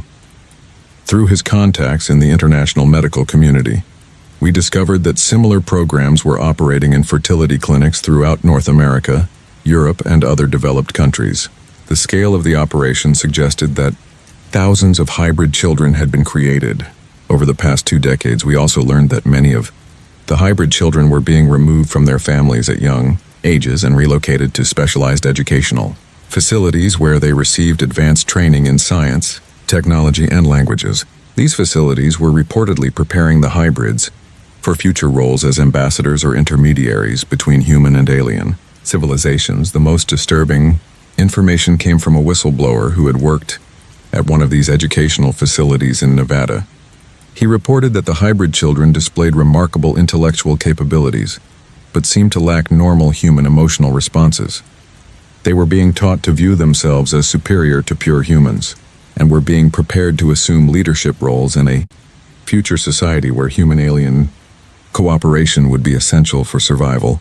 When I tried to locate some of the families whose children had been born through our enhanced fertility protocol, I discovered that most of them had been relocated to secure communities in remote areas of the country. These communities were reportedly under constant government supervision, with the families receiving substantial financial support in exchange for allowing their hybrid children to participate in ongoing research and education programs. The few families I was able to contact were either unwilling or unable to discuss their experiences. Those who did speak to me described feeling trapped in a system they could not escape, with their children being taken for extended periods for a special education that they were not allowed to observe or question. I began documenting everything I had learned about the hybrid breeding program, hoping to eventually find a way to expose the truth about what was happening to unknowing patients and their children. But my efforts were complicated by the fact that most of the evidence had been confiscated by federal agents, and many of the witnesses were either missing or too frightened to speak publicly. 6 months after leaving California, I was contacted by a journalist who claimed to be investigating similar programs at fertility clinics across the country. When we met, he provided me with additional evidence that confirmed the scope of the hybrid breeding operation was far larger than I had initially realized. He estimated that over 10,000 hybrid children had been created through fertility clinics, with the program expanding rapidly as alien genetic material became more readily available. The journalist also informed me that several of the hybrid children were now reaching adolescence and beginning to display abilities that went far beyond enhanced intelligence. Some were reportedly showing telepathic capabilities, unusual physical strength, and the ability to influence electronic devices through direct mental contact. These developments were causing concern among some researchers who worried that the hybrids might eventually view humans as inferior beings to be controlled or eliminated. When I asked about the ultimate goals of the program, the journalist explained that according to his sources, Earth governments had been informed by alien civilizations that humanity would need to evolve genetically in order to survive environmental and technological challenges that would emerge in the coming decades. The hybrid breeding program was supposedly preparing a new generation of leaders who would guide humanity through this transition period. However, he also warned me that not all factions within the government and military were supportive of the program. Some officials viewed the creation of hybrid beings as a threat to human sovereignty and were working to expose or shut down the breeding operations. This internal conflict was creating dangerous political tensions that could result in the elimination of anyone with knowledge of the program.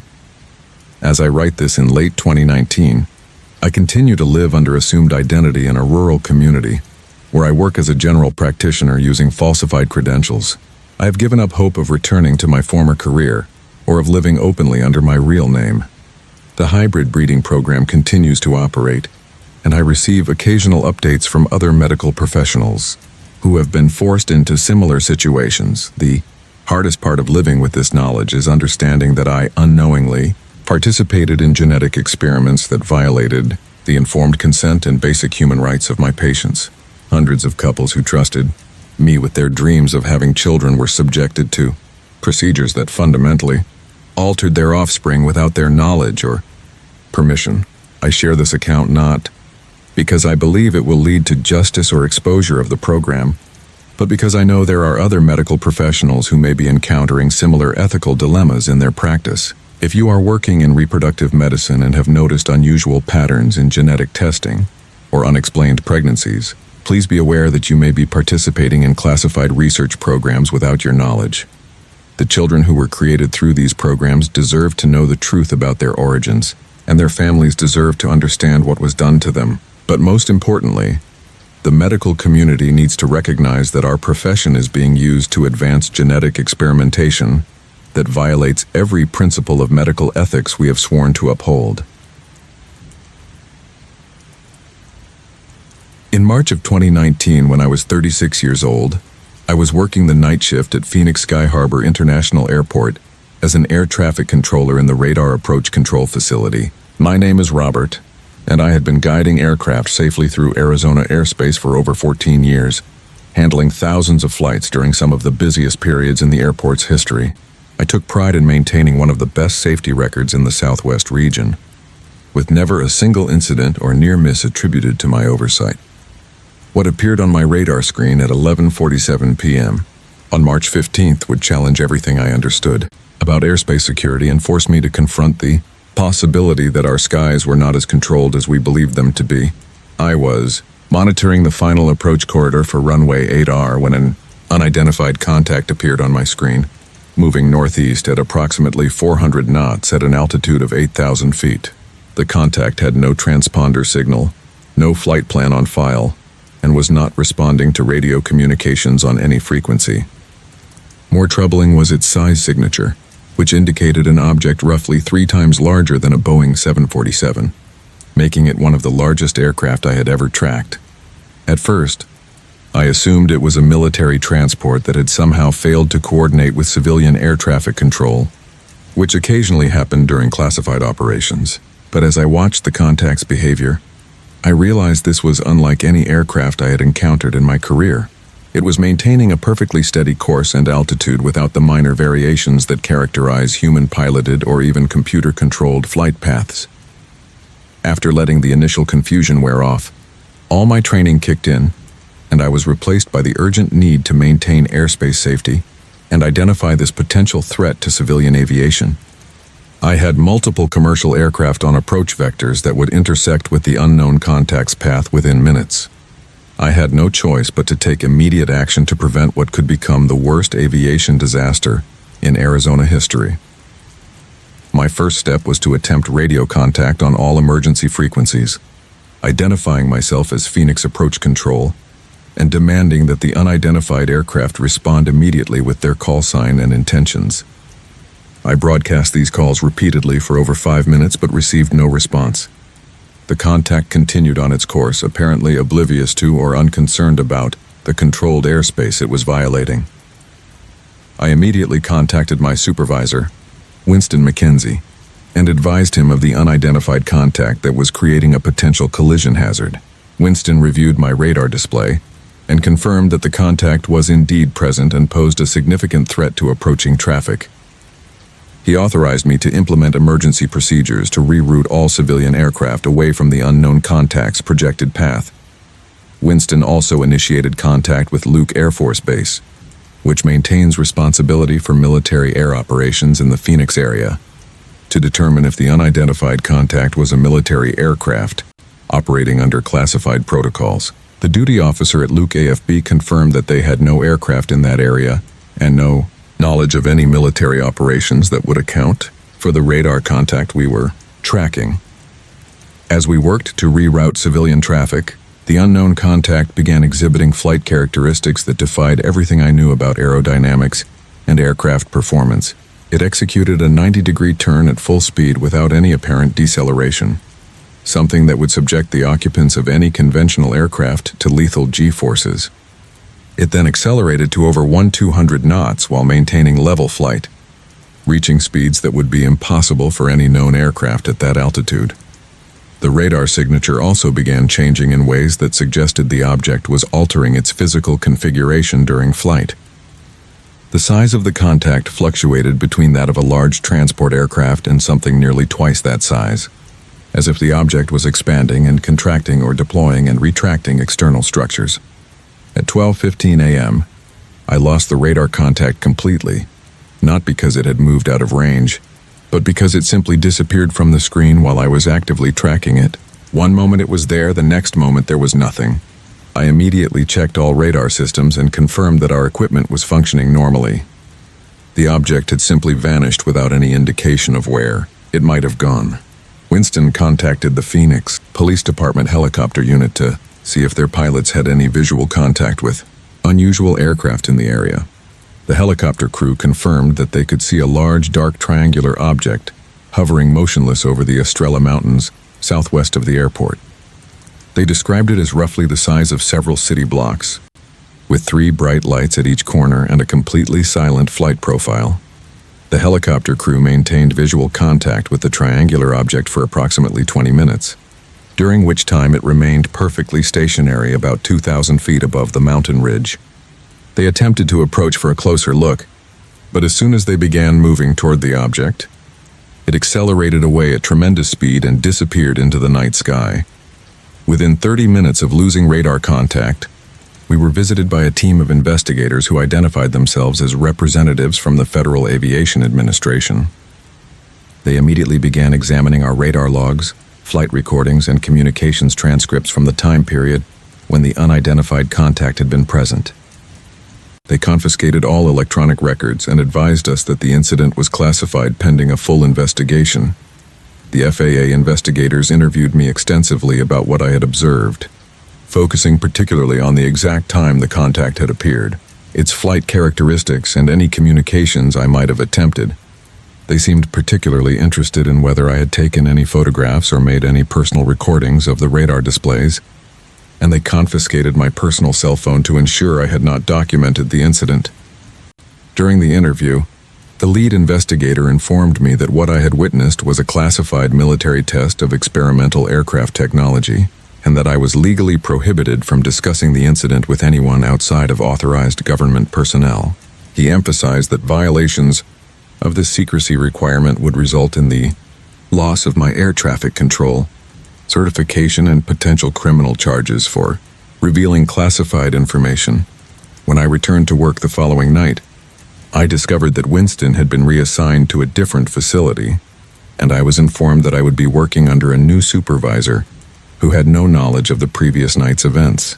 The official logs for March 15th showed no record of any unidentified aircraft, no emergency procedures being implemented, and no contact with Luke Air Force Base or the Phoenix Police Helicopter Unit. It was as if the entire incident had been erased from the official record, despite the fact that multiple air traffic controllers, military personnel, and police officers had been involved in tracking and responding to the unknown aircraft. When I tried to contact Winston at his new facility, I was told that no one by that name was employed there, and that there was no forwarding information available. Over the following weeks, I began noticing increased scrutiny of my work performance and unusual restrictions being placed on my access to certain radar systems and communication channels. My shift assignments were changed to limit my interaction with other controllers who might have been working during the March 15th incident, and I was excluded from briefings about unusual air traffic that normally would have been part of my duties. 3 months later, I was informed that my security clearance was being reviewed due to unspecified concerns about my reliability and discretion. During the review process, investigators asked detailed questions about my political beliefs, my social media activity, and my relationships with people outside the aviation industry. The clear implication was that my career advancement would depend on my continued silence about what I had witnessed. I began reaching out to other air traffic controllers through professional associations and online forums, hoping to find others who might have had similar experiences with unidentified aircraft. What I discovered was deeply troubling. Several controllers from facilities across the Southwest reported encounters with unknown aircraft that exhibited impossible flight characteristics, followed by visits from federal investigators and warnings about discussing classified incidents. Dr. Patricia Irwin, a former Air Force radar technician who now works as an aviation safety consultant, agreed to review the incident reports I had been able to collect from other controllers. She confirmed that the flight characteristics we had observed were inconsistent with any known aircraft technology, and she suggested that we might have been witnessing test flights of classified aerospace vehicles using propulsion systems that were decades ahead of publicly acknowledged technology. Dr. Irwin also warned me that attempting to investigate or expose such incidents could result in severe retaliation from agencies responsible for maintaining secrecy around classified aerospace programs. She cited several cases where aviation professionals had lost their careers or faced legal harassment after reporting encounters with unidentified aircraft. One night, I tried to file a formal report with the National UFO Reporting Center. I discovered that my internet communications were being monitored, and my attempts to submit the report were being blocked. Phone calls to the reporting center were intercepted, and I received warnings that further attempts to publicize my experiences would result in immediate termination from my position and loss of my federal aviation credentials. 6 months after the initial incident, I was approached by someone claiming to be a journalist investigating government cover-ups of UFO encounters by aviation personnel. When we met, he provided me with documents that seemed to confirm that multiple air traffic control facilities had reported similar incidents involving triangular aircraft with impossible performance capabilities. The journalist explained that these incidents were part of a much larger pattern of UFO encounters that were being systematically suppressed by federal agencies responsible for maintaining airspace security. He claimed that the triangular aircraft I had tracked were not experimental military vehicles, but were actually of non-human origin, and that government agencies had been covering up such encounters for decades to prevent public panic. However, he also warned me that some of the people claiming to investigate UFO cover-ups were actually government agents working to identify and silence witnesses. He advised me to be extremely cautious about who I trusted with information about my experiences, as any attempt to go public could result in consequences far more severe than the loss of my career. As I write this in late 2019, I continue to work as an air traffic controller, but under constant awareness that my communications are monitored and my activities are subject to government scrutiny. I have abandoned any attempts to investigate the incident further or to contact other witnesses, as the risks to my family's security have become too great. The hardest part of living with this experience is knowing that our nation's airspace is not as secure as the public believes, and that there are aircraft operating in our skies with capabilities that exceed anything in our military inventory. Whether these are classified government projects or something else entirely, the fact that they operate with impunity while witnesses are silenced suggests that the truth about what controls our skies may be far more complex than anyone realizes. If you work in aviation and have witnessed similar incidents, please be aware that reporting them through official channels may result in career-ending retaliation. Document everything you can, but be prepared for the possibility that your evidence will be confiscated and your accounts will be dismissed or suppressed. Most importantly, understand that some secrets are protected by forces far more powerful than any individual's desire to reveal the truth. In October of 2018, when I was 33 years old, I woke up in my Madison, Wisconsin apartment with surgical scars I had no memory of receiving and metal implants that showed up on x-rays, but had never been medically approved or explained. My name is Linda, and I work as an insurance adjuster for Midwest Claims Processing, investigating fraudulent medical claims and disability cases throughout the upper Midwest. My job requires meticulous attention to detail and the ability to detect inconsistencies in medical records and patient statements. What I discovered about my own medical history would force me to investigate the most disturbing case of my career, my own unexplained surgical procedures and the systematic cover-up that followed. The morning I made this discovery started like any other Tuesday. I had gotten up early to shower before heading to the office for a case review meeting about a suspicious workers' compensation claim. As I was washing my hair, I noticed a tender area on the back of my neck that felt like a recent incision. When I looked in the bathroom mirror, I could see a thin surgical scar about 2 inches long, perfectly straight and professionally sutured, that had definitely not been there the previous week. I immediately checked the rest of my body and found 2 additional surgical sites. One small incision behind my left ear and another on my lower abdomen, just above my hip bone. All 3 incisions appeared to be recent, possibly performed within the last few days, and they showed signs of advanced healing that suggested the use of accelerated recovery techniques I had never heard of. After letting the initial shock wear off, all my professional training kicked in, and I was consumed by a burning need to understand what had happened to me and who had performed these procedures without my knowledge or consent. As an insurance investigator, I had dealt with hundreds of cases involving medical fraud, unauthorized procedures, and falsified surgical records. I had no choice but to apply those same investigative techniques to my own situation, even though I suspected what I might discover could destroy everything I thought I knew about my own life. My first step was to contact my family physician, Dr. Patricia McKenzie, to schedule an emergency examination and request copies of all my recent medical records. When I called her office, the receptionist informed me that according to their records, I had been seen for outpatient surgery just 3 days earlier.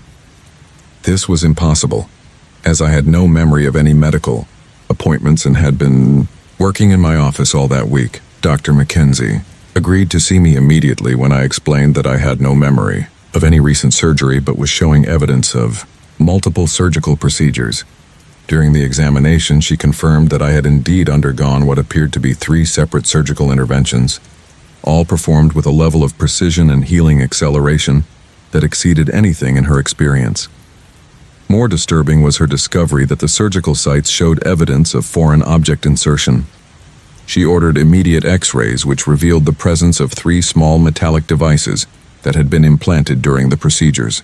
The devices were unlike anything in her medical reference materials, appearing to be some kind of sophisticated electronic components rather than standard medical implants.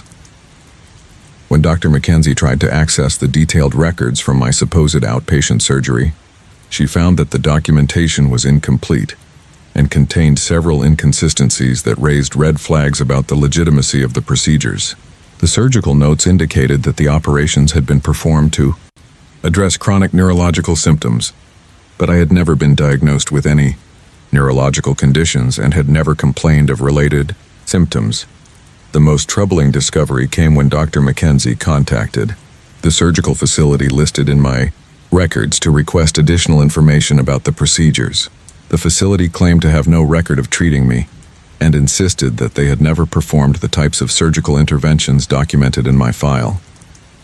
When she pressed them for clarification, they suggested that the records might have been falsified or that I might be confusing their facility with another medical center. I decided to investigate my insurance claims history to see if there was any record of authorization or payment for the surgical procedures. When I accessed my insurance company's database, I found pre-authorization forms and payment records for the outpatient surgery, all of which had been processed using my personal information and policy numbers. The claim showed that I had personally requested the procedures and had signed all necessary consent forms, but I had no memory of requesting any surgery, signing any forms, or even being informed that I needed medical treatment. The signatures on the consent forms appeared to match my handwriting, but I had no recollection of signing them. It was as if someone else had lived 3 days of my life and made major medical decisions without my conscious participation. When I tried to contact the surgeon listed as having performed the procedures, I discovered that no physician by that name was licensed to practice in Wisconsin. The medical license number on the surgical reports belonged to a doctor who had died 5 years earlier. The entire medical team supposedly involved in my surgery consisted of people who either did not exist or were not qualified to perform the procedures documented in my records. Dr. Thomas Winston, a neurologist at the University of Wisconsin Medical Center, agreed to examine the X-rays of my implants and provide an opinion about their purpose and origin. After studying the images for several hours, he told me that the devices appeared to be some kind of advanced biomonitoring equipment that was far more sophisticated than anything currently available in civilian medical practice. Dr. Winston explained that the implants seemed designed to monitor and potentially influence brain activity, particularly in areas related to memory formation and recall. He had seen similar devices in classified military research papers dealing with experimental treatments for combat-related brain injuries, but never in civilian medical settings. He strongly recommended that I contact federal authorities to report what appeared to be unauthorized human experimentation. When I attempted to file a complaint with the Wisconsin Department of Health Services about the unauthorized surgical procedures, I discovered that my case had already been flagged as a resolved matter. According to their records, I had voluntarily withdrawn my complaint after receiving satisfactory explanations from the medical providers involved. I had no memory of filing any complaint, speaking with any health department officials, or receiving any explanations about my surgery.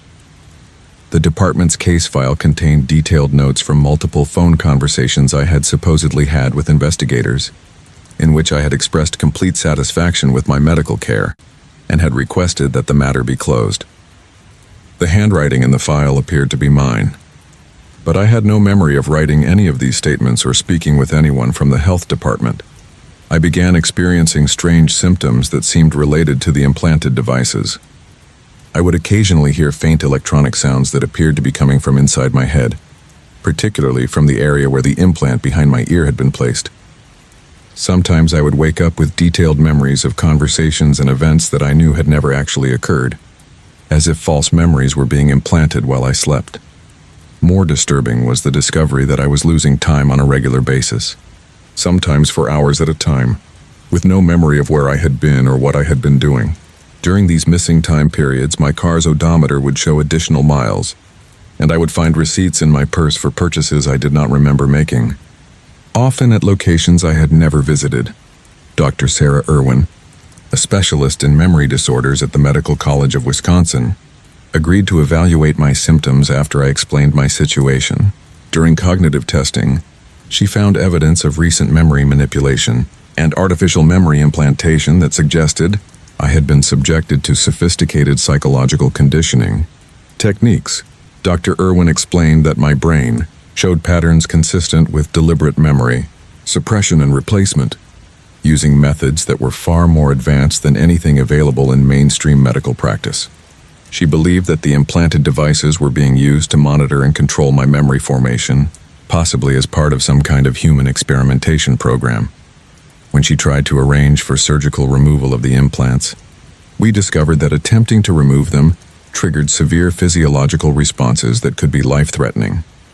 The devices appeared to be integrated with my nervous system in ways that made safe removal extremely difficult or impossible without specialized equipment and expertise that was not available in civilian medical facilities.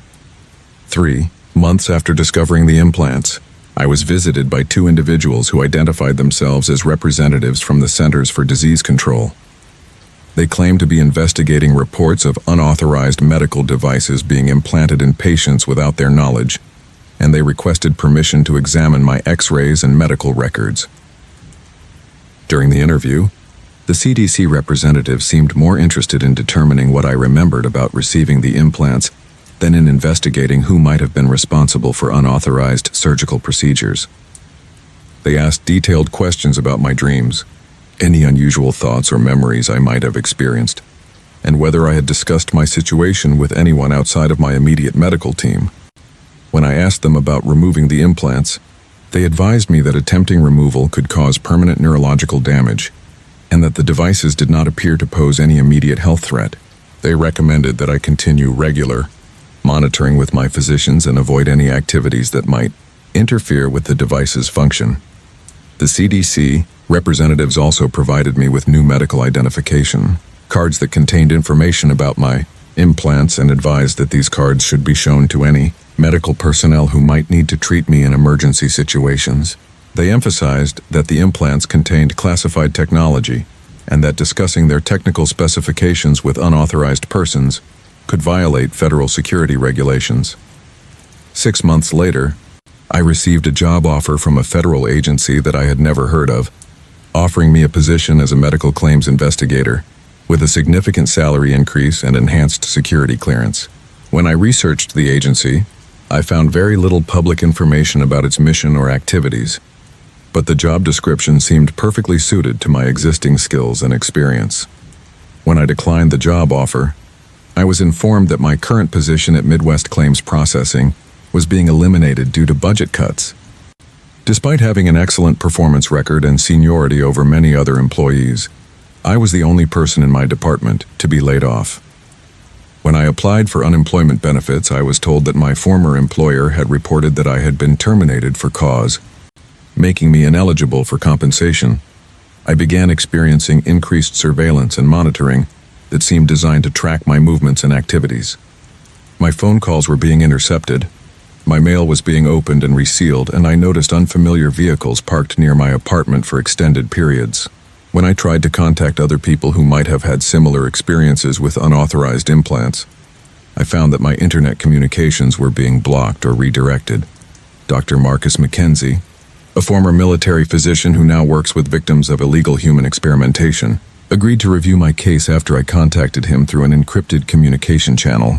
He confirmed that my symptoms and implant characteristics were consistent with classified military research programs involving memory manipulation and behavioral control. Dr. Mackenzie explained that there were dozens of similar cases involving civilians who had been unknowingly subjected to experimental implant procedures, often as part of research into mind control and memory modification techniques. Most of the victims were professionals in fields related to investigation, security, or information analysis, suggesting that they had been selected for their skills and knowledge rather than chosen randomly. He warned me that attempting to expose or resist such programs could result in severe retaliation, including permanent institutionalization, fabricated criminal charges, or physical elimination. He advised me to document everything I could about my experiences, but to avoid taking any actions that might be interpreted as attempts to interfere with classified research activities. As I write this in early 2019, I continue to experience memory gaps, artificial memory implantation, and electronic interference from the devices that have been placed in my body. I have been unable to find employment in my field due to reports that I am unreliable and potentially dangerous, and I am living under constant surveillance by agencies whose identities and purposes remain unknown to me. The hardest part of living with this experience is knowing that my mind and body have been altered without my consent for purposes that I may never understand. The devices in my brain may be monitoring my thoughts, influencing my decisions, or recording information that is being transmitted to researchers who view me as nothing more than an experimental subject. I share this account not because I believe it will lead to justice or removal of the implants, but because I know there are others who may be experiencing similar violations of their bodily autonomy and mental privacy. If you have discovered unexplained surgical scars, missing time, or artificial memories, please understand that you may be the victim of unauthorized human experimentation that operates far outside the boundaries of legal medical practice.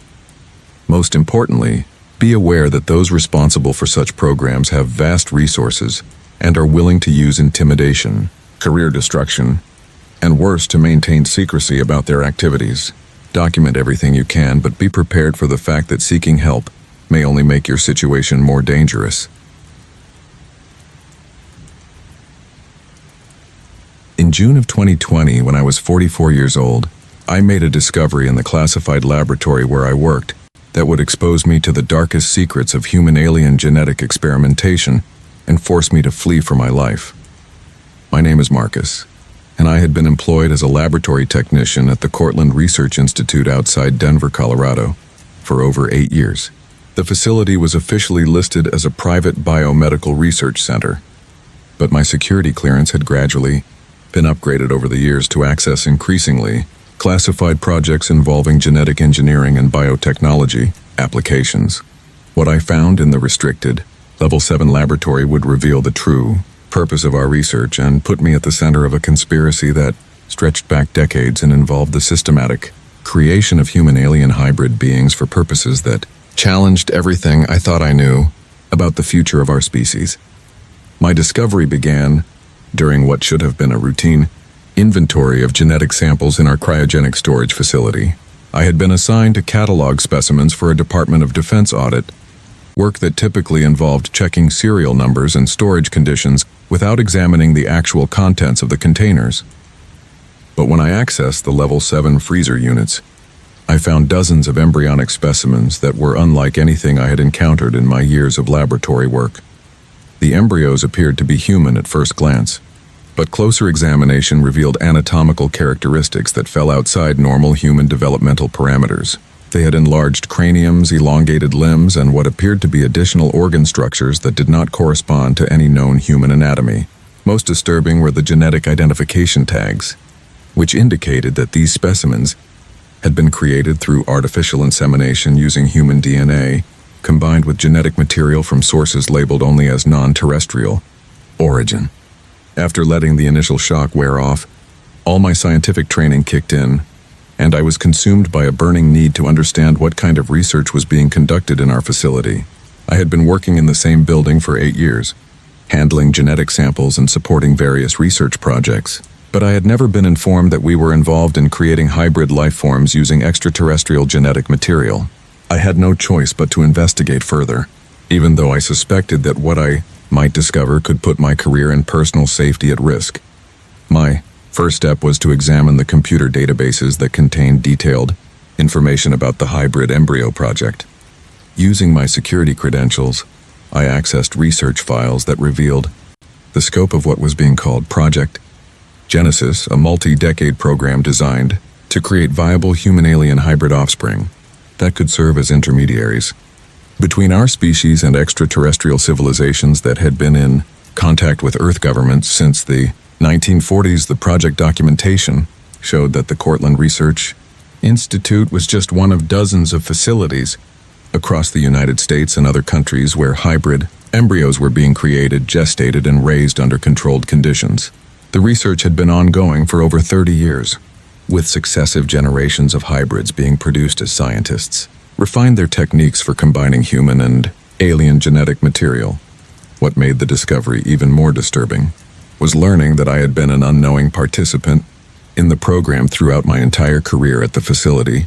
Many of the routine laboratory procedures I had been performing were actually related to genetic manipulation and embryo development for the hybrid program.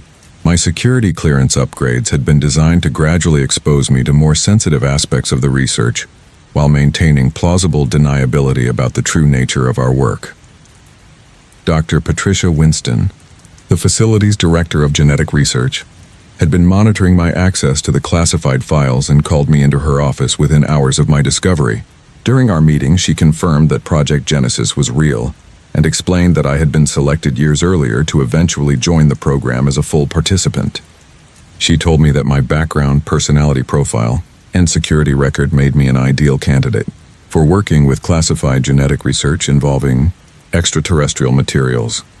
Dr. Winston explained that the hybrid program was essential to humanity's survival, as alien civilizations had informed Earth governments that our species would need to evolve genetically in order to cope with environmental and technological challenges that would emerge in the coming decades.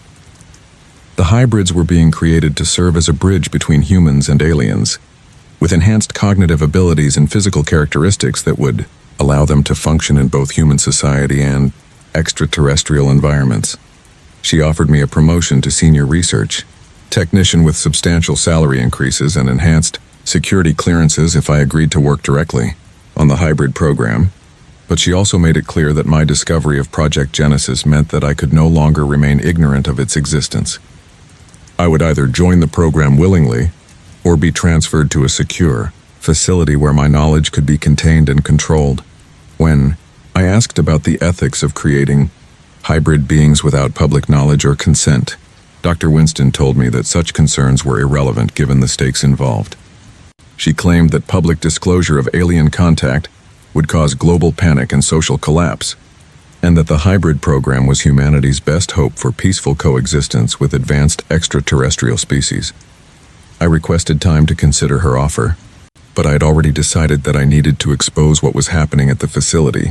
That evening, I used my security access to copy as many research files as possible onto portable storage devices, focusing on documentation that proved the existence of the hybrid program and revealed the extent of government involvement in genetic experimentation with alien DNA. The files I copied contained detailed records of hybrid births dating back to the 1970s, psychological profiles of hybrid children being raised in secure facilities, and correspondence between research directors and military officials about the strategic implications of human-alien genetic integration. Most shocking were video recordings of hybrid children displaying abilities that far exceeded normal human capabilities, including telepathic communication, enhanced physical strength, and the ability to interface directly with electronic systems. 2 days later, I contacted investigative journalist Dr. Sarah Mackenzie, who had written extensively about government cover-ups and classified research programs.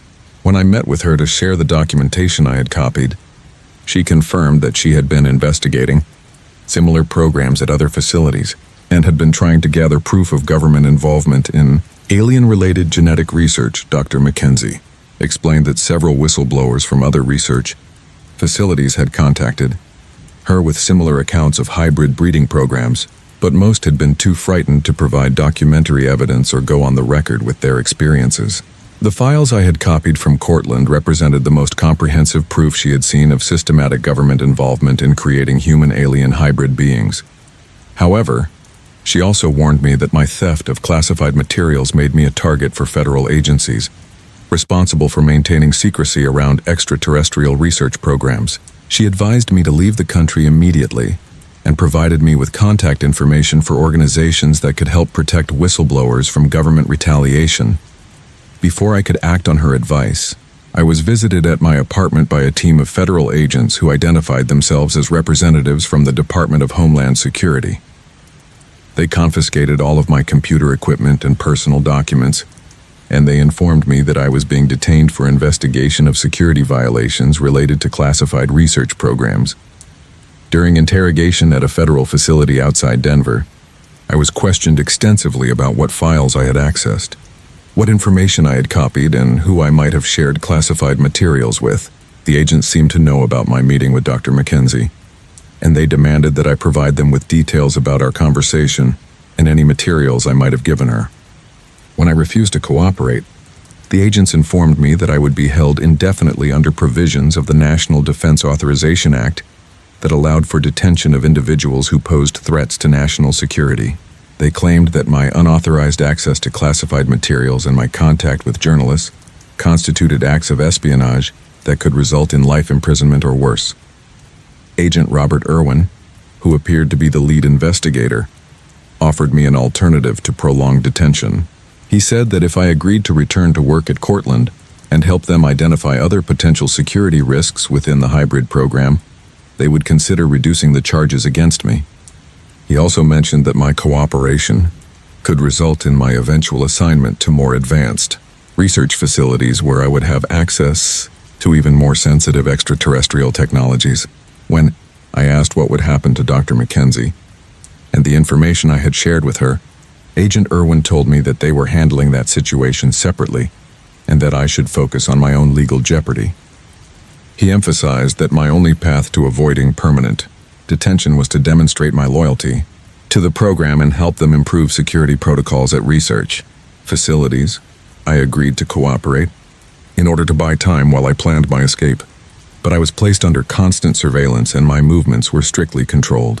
When I returned to work at Cortland, I found that my security access had been restricted and I was being monitored by personnel who had been assigned to ensure my compliance with federal directives. Dr. Winston informed me that my role in the facility had changed permanently, and that I would now be working directly with hybrid specimens, and would be required to report any unusual observations or security concerns to federal supervisors. She also told me that my family members were being monitored to ensure that I did not attempt to share information about the program with unauthorized individuals. 3 weeks after my detention, I learned that Dr. Mackenzie had been killed in what was reported as a car accident while traveling to meet with government officials about her research. The accident report indicated that she had lost control of her vehicle on a remote highway, but sources within the journalist community suggested that she had been preparing to publish expose articles about the hybrid program when she died. The death of Dr. Mackenzie convinced me that I needed to escape from government control before I met a similar fate. Using my knowledge of facility security protocols, I planned an escape that involved creating false documentation and establishing contact with underground networks that helped people flee from government persecution. On the night of July 15th, I accessed the Level 7 laboratory one final time to gather additional evidence about the hybrid program, including biological samples that could prove the existence of extraterrestrial genetic material. I also planted explosive devices in the cryogenic storage units to destroy as many hybrid embryos as possible and disrupt the research program. The explosion that destroyed much of the Cortland facility was reported as an industrial accident involving chemical storage tanks, but I knew that federal investigators would quickly determine that it had been sabotage. I had approximately 6 hours before roadblocks and search teams would be deployed to prevent my escape from the Denver area. I made contact with Thomas Jacobs, a former military officer who operates an underground network for protecting whistleblowers and political refugees. He provided me with false identity documents and arranged for my transport to a safe house in Mexico, where I remained for several months while establishing a new identity and planning my permanent relocation to a country without extradition treaties with the United States.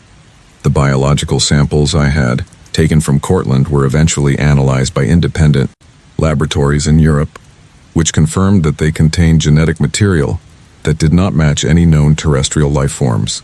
The analysis results were shared with international media outlets, leading to increased public awareness of secret government programs involving extraterrestrial research. As I write this in late 2020 from an undisclosed location, I continue to live under an assumed identity while working with international organizations that investigate government cover-ups of alien contact and genetic experimentation. The hybrid program continues to operate at facilities around the world, producing successive generations of human-alien offspring whose ultimate purpose remains classified. The hardest part of living with this knowledge is understanding that humanity's future may be shaped by genetic integration with alien species, but that these decisions are being made by government officials and researchers without public knowledge or consent. The hybrid children being created through these programs will eventually take their place in human society, but their loyalties and intentions remain unknown. Share this account because I believe the public has a right to know about genetic experimentation, programs that could fundamentally alter the future of our species. The technology exists to create human-alien hybrids. The research is ongoing in secret facilities, and the implications for humanity's evolution are profound. Whether this represents salvation or conquest may depend on our willingness to demand transparency about what is being done in our name and with our genetic heritage.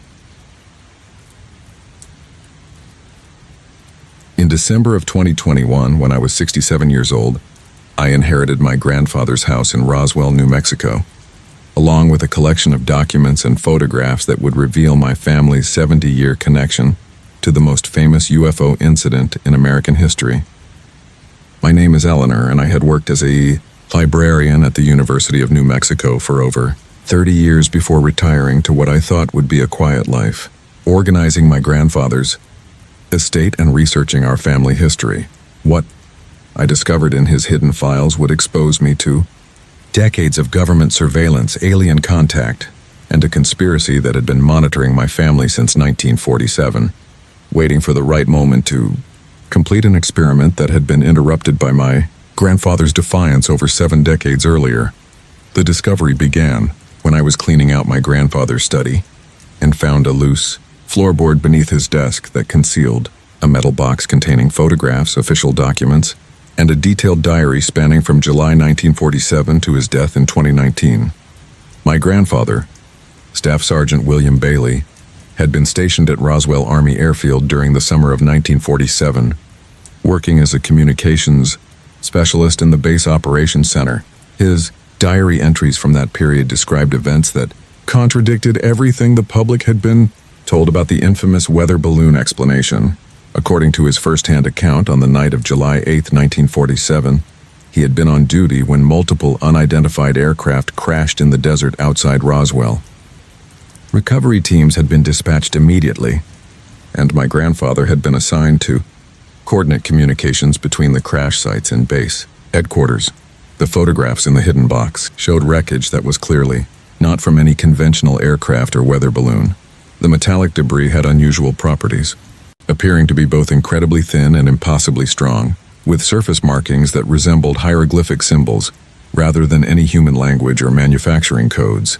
More disturbing were photographs of what appeared to be non-human bodies recovered from the crash sites. After letting the initial shock of these discoveries wear off, all my academic training in research and documentation kicked in, and I was consumed by a burning need to understand my grandfather's role in the Roswell incident and why he had hidden this evidence for over 70 years. I had no choice but to investigate further, even though I suspected that possessing these materials might put me in the same danger that had apparently threatened my family for decades. My grandfather's diary revealed that he had been sworn to secrecy about the crash recovery operation, but had made the decision to document everything he witnessed. because he believed the American people deserved to know the truth about extraterrestrial contact. He had secretly copied official reports, stolen photographs from classified files, and maintained detailed records of all personnel involved in the cover-up operation. The most shocking entries described his interactions with surviving aliens who had been taken to a secure medical facility on the base. According to his account, at least 2 of the crash victims had survived their injuries and were being kept alive for medical examination and interrogation. My grandfather had been assigned to help establish communication protocols with these beings, using his experience with radio technology and foreign languages. During these communication sessions, the surviving aliens had revealed that the 1947 crashes were not accidental.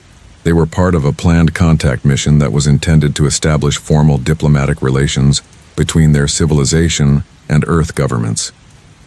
The crashes had occurred due to interference from advanced radar systems that the aliens had not anticipated, causing multiple spacecraft to lose control simultaneously. The aliens explained that they had been monitoring human development for centuries and had decided that our species had reached a level of technological advancement that made open contact both necessary and potentially beneficial.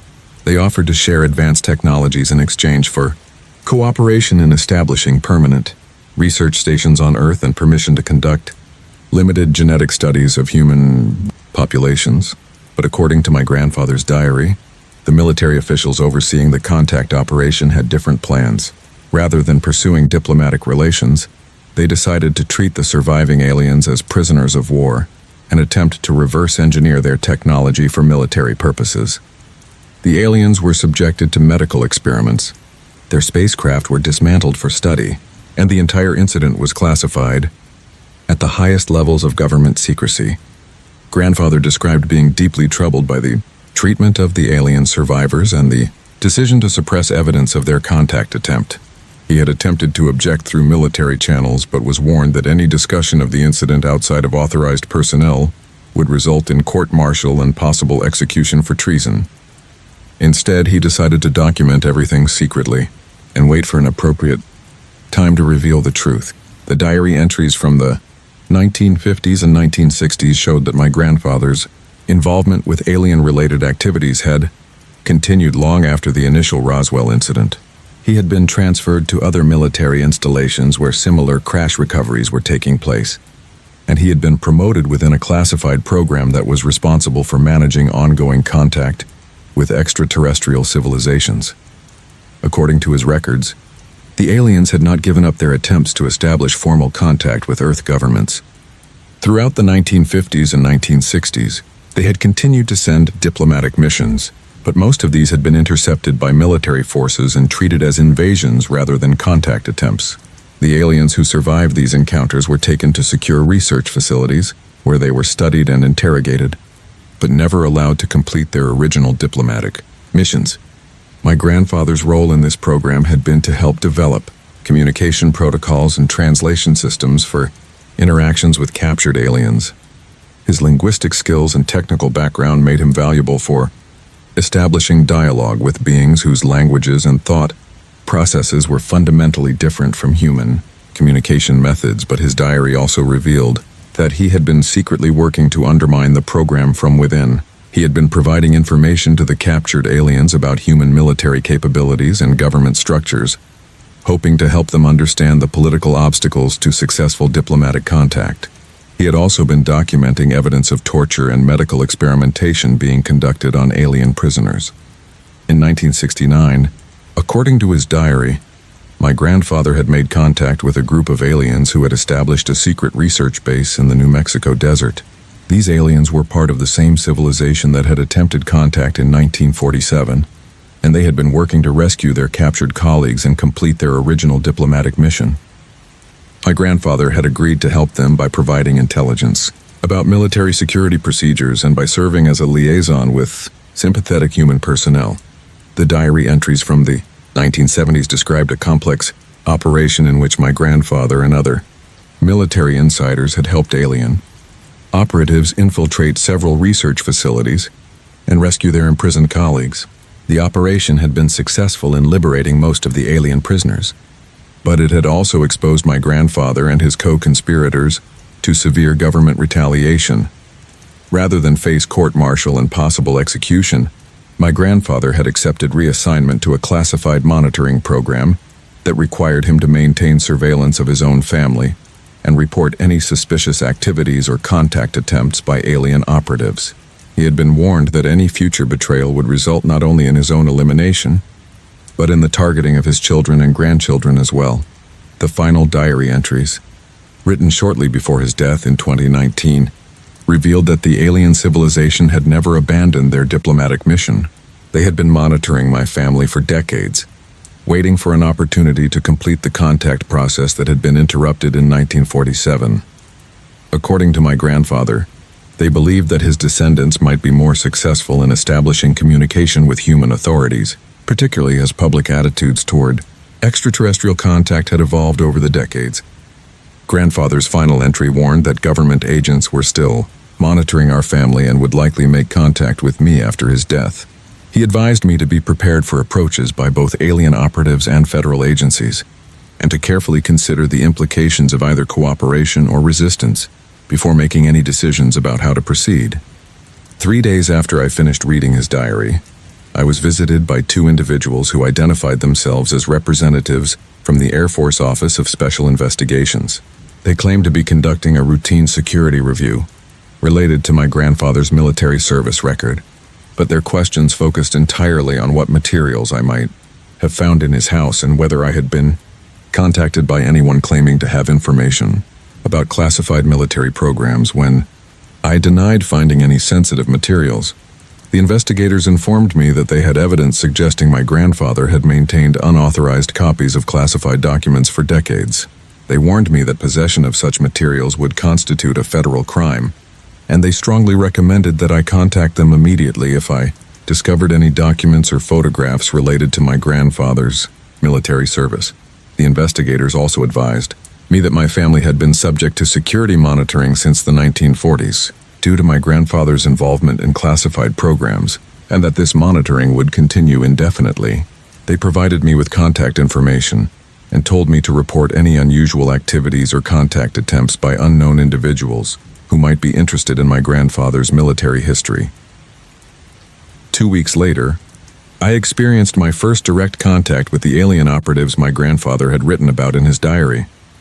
I was awakened in the middle of the night by a bright light outside my bedroom window, and when I looked outside, I saw 3 figures standing in my backyard. They appeared to be approximately 4 feet tall, with large heads and elongated limbs, matching descriptions I had read in my grandfather's documents. One of the figures approached my back door and began communicating with me telepathically, explaining that they were part of the same group that had attempted contact with Earth governments in 1947. They told me that my grandfather had been instrumental in helping their people escape from government facilities, and that they had been monitoring my family ever since to ensure our safety and to wait for an appropriate time to complete their diplomatic mission. The alien operative explained that they needed my help to establish formal contact with current government officials who might be more receptive to diplomatic relations than the military authorities who had rejected their previous attempts. They believed that approaching civilian authorities through a family member of someone who had been involved in the original contact attempt might be more successful than previous direct contact methods. They also revealed that my grandfather had been subjected to medical procedures during his involvement with their rescue operations, and that these procedures had altered his DNA in ways that made him and his descendants genetically compatible with their species. This genetic modification had been passed down to me, making me uniquely qualified to serve as an intermediary between human and alien civilizations. When I asked about the government surveillance of my family, the alien operative confirmed that federal agencies were still monitoring us and would likely intervene aggressively if they discovered renewed contact between aliens and my family members. They warned me that cooperation with their diplomatic mission could result in my detention or elimination by government agents who were determined to maintain secrecy about extraterrestrial contact. Over the following months, I was contacted regularly by the alien operatives, who provided me with detailed information about their civilization, their technology, and their reasons for seeking formal diplomatic relations with Earth governments. They explained that our planet was facing environmental and technological challenges that could be addressed through cooperation with their advanced civilization, but that such cooperation required official acknowledgement and agreements rather than the covert hostility that had characterized previous contact attempts. They also revealed that there were other human families around the world who had been involved in similar contact operations, and that a coordinated effort was being planned to establish simultaneous diplomatic contact through multiple civilian intermediaries. The hope was that approaching different government agencies in different countries might result in at least one successful diplomatic contact that could serve as a model for broader international cooperation. As I write this in late 2021, I continue to serve as an intermediary between the alien civilization and potential human authorities, while also maintaining awareness that government surveillance of my activities has intensified significantly. I have been approached by additional federal investigators who have made increasingly aggressive demands for information about any unusual contacts or activities related to my grandfather's military service. The hardest part of this experience is understanding that my family has been trapped in a 70-year conflict between alien civilizations seeking peaceful contact and human authorities determined to maintain military control over extraterrestrial relations. My grandfather sacrificed his career and freedom to help alien prisoners escape from government facilities, and now I am being asked to continue his work by helping establish the diplomatic relations he believed were essential for humanity's future. The documents and photographs I inherited prove that extraterrestrial contact has been ongoing since at least 1947, and that government cover-ups have prevented the American people from learning about opportunities for beneficial cooperation with advanced alien civilizations. Whether I will be successful in helping establish official diplomatic contact, or whether I will meet the same fate as others who have attempted to expose these secrets, remains to be determined. What I know for certain is that the truth about extraterrestrial contact has been suppressed for over 70 years, and that the decisions made by government authorities in 1947 continue to influence how our species interacts with alien civilizations today. My family's story is just one example of how ordinary people have been caught up in extraordinary events that could reshape the future of human civilization, if only the truth were allowed to emerge.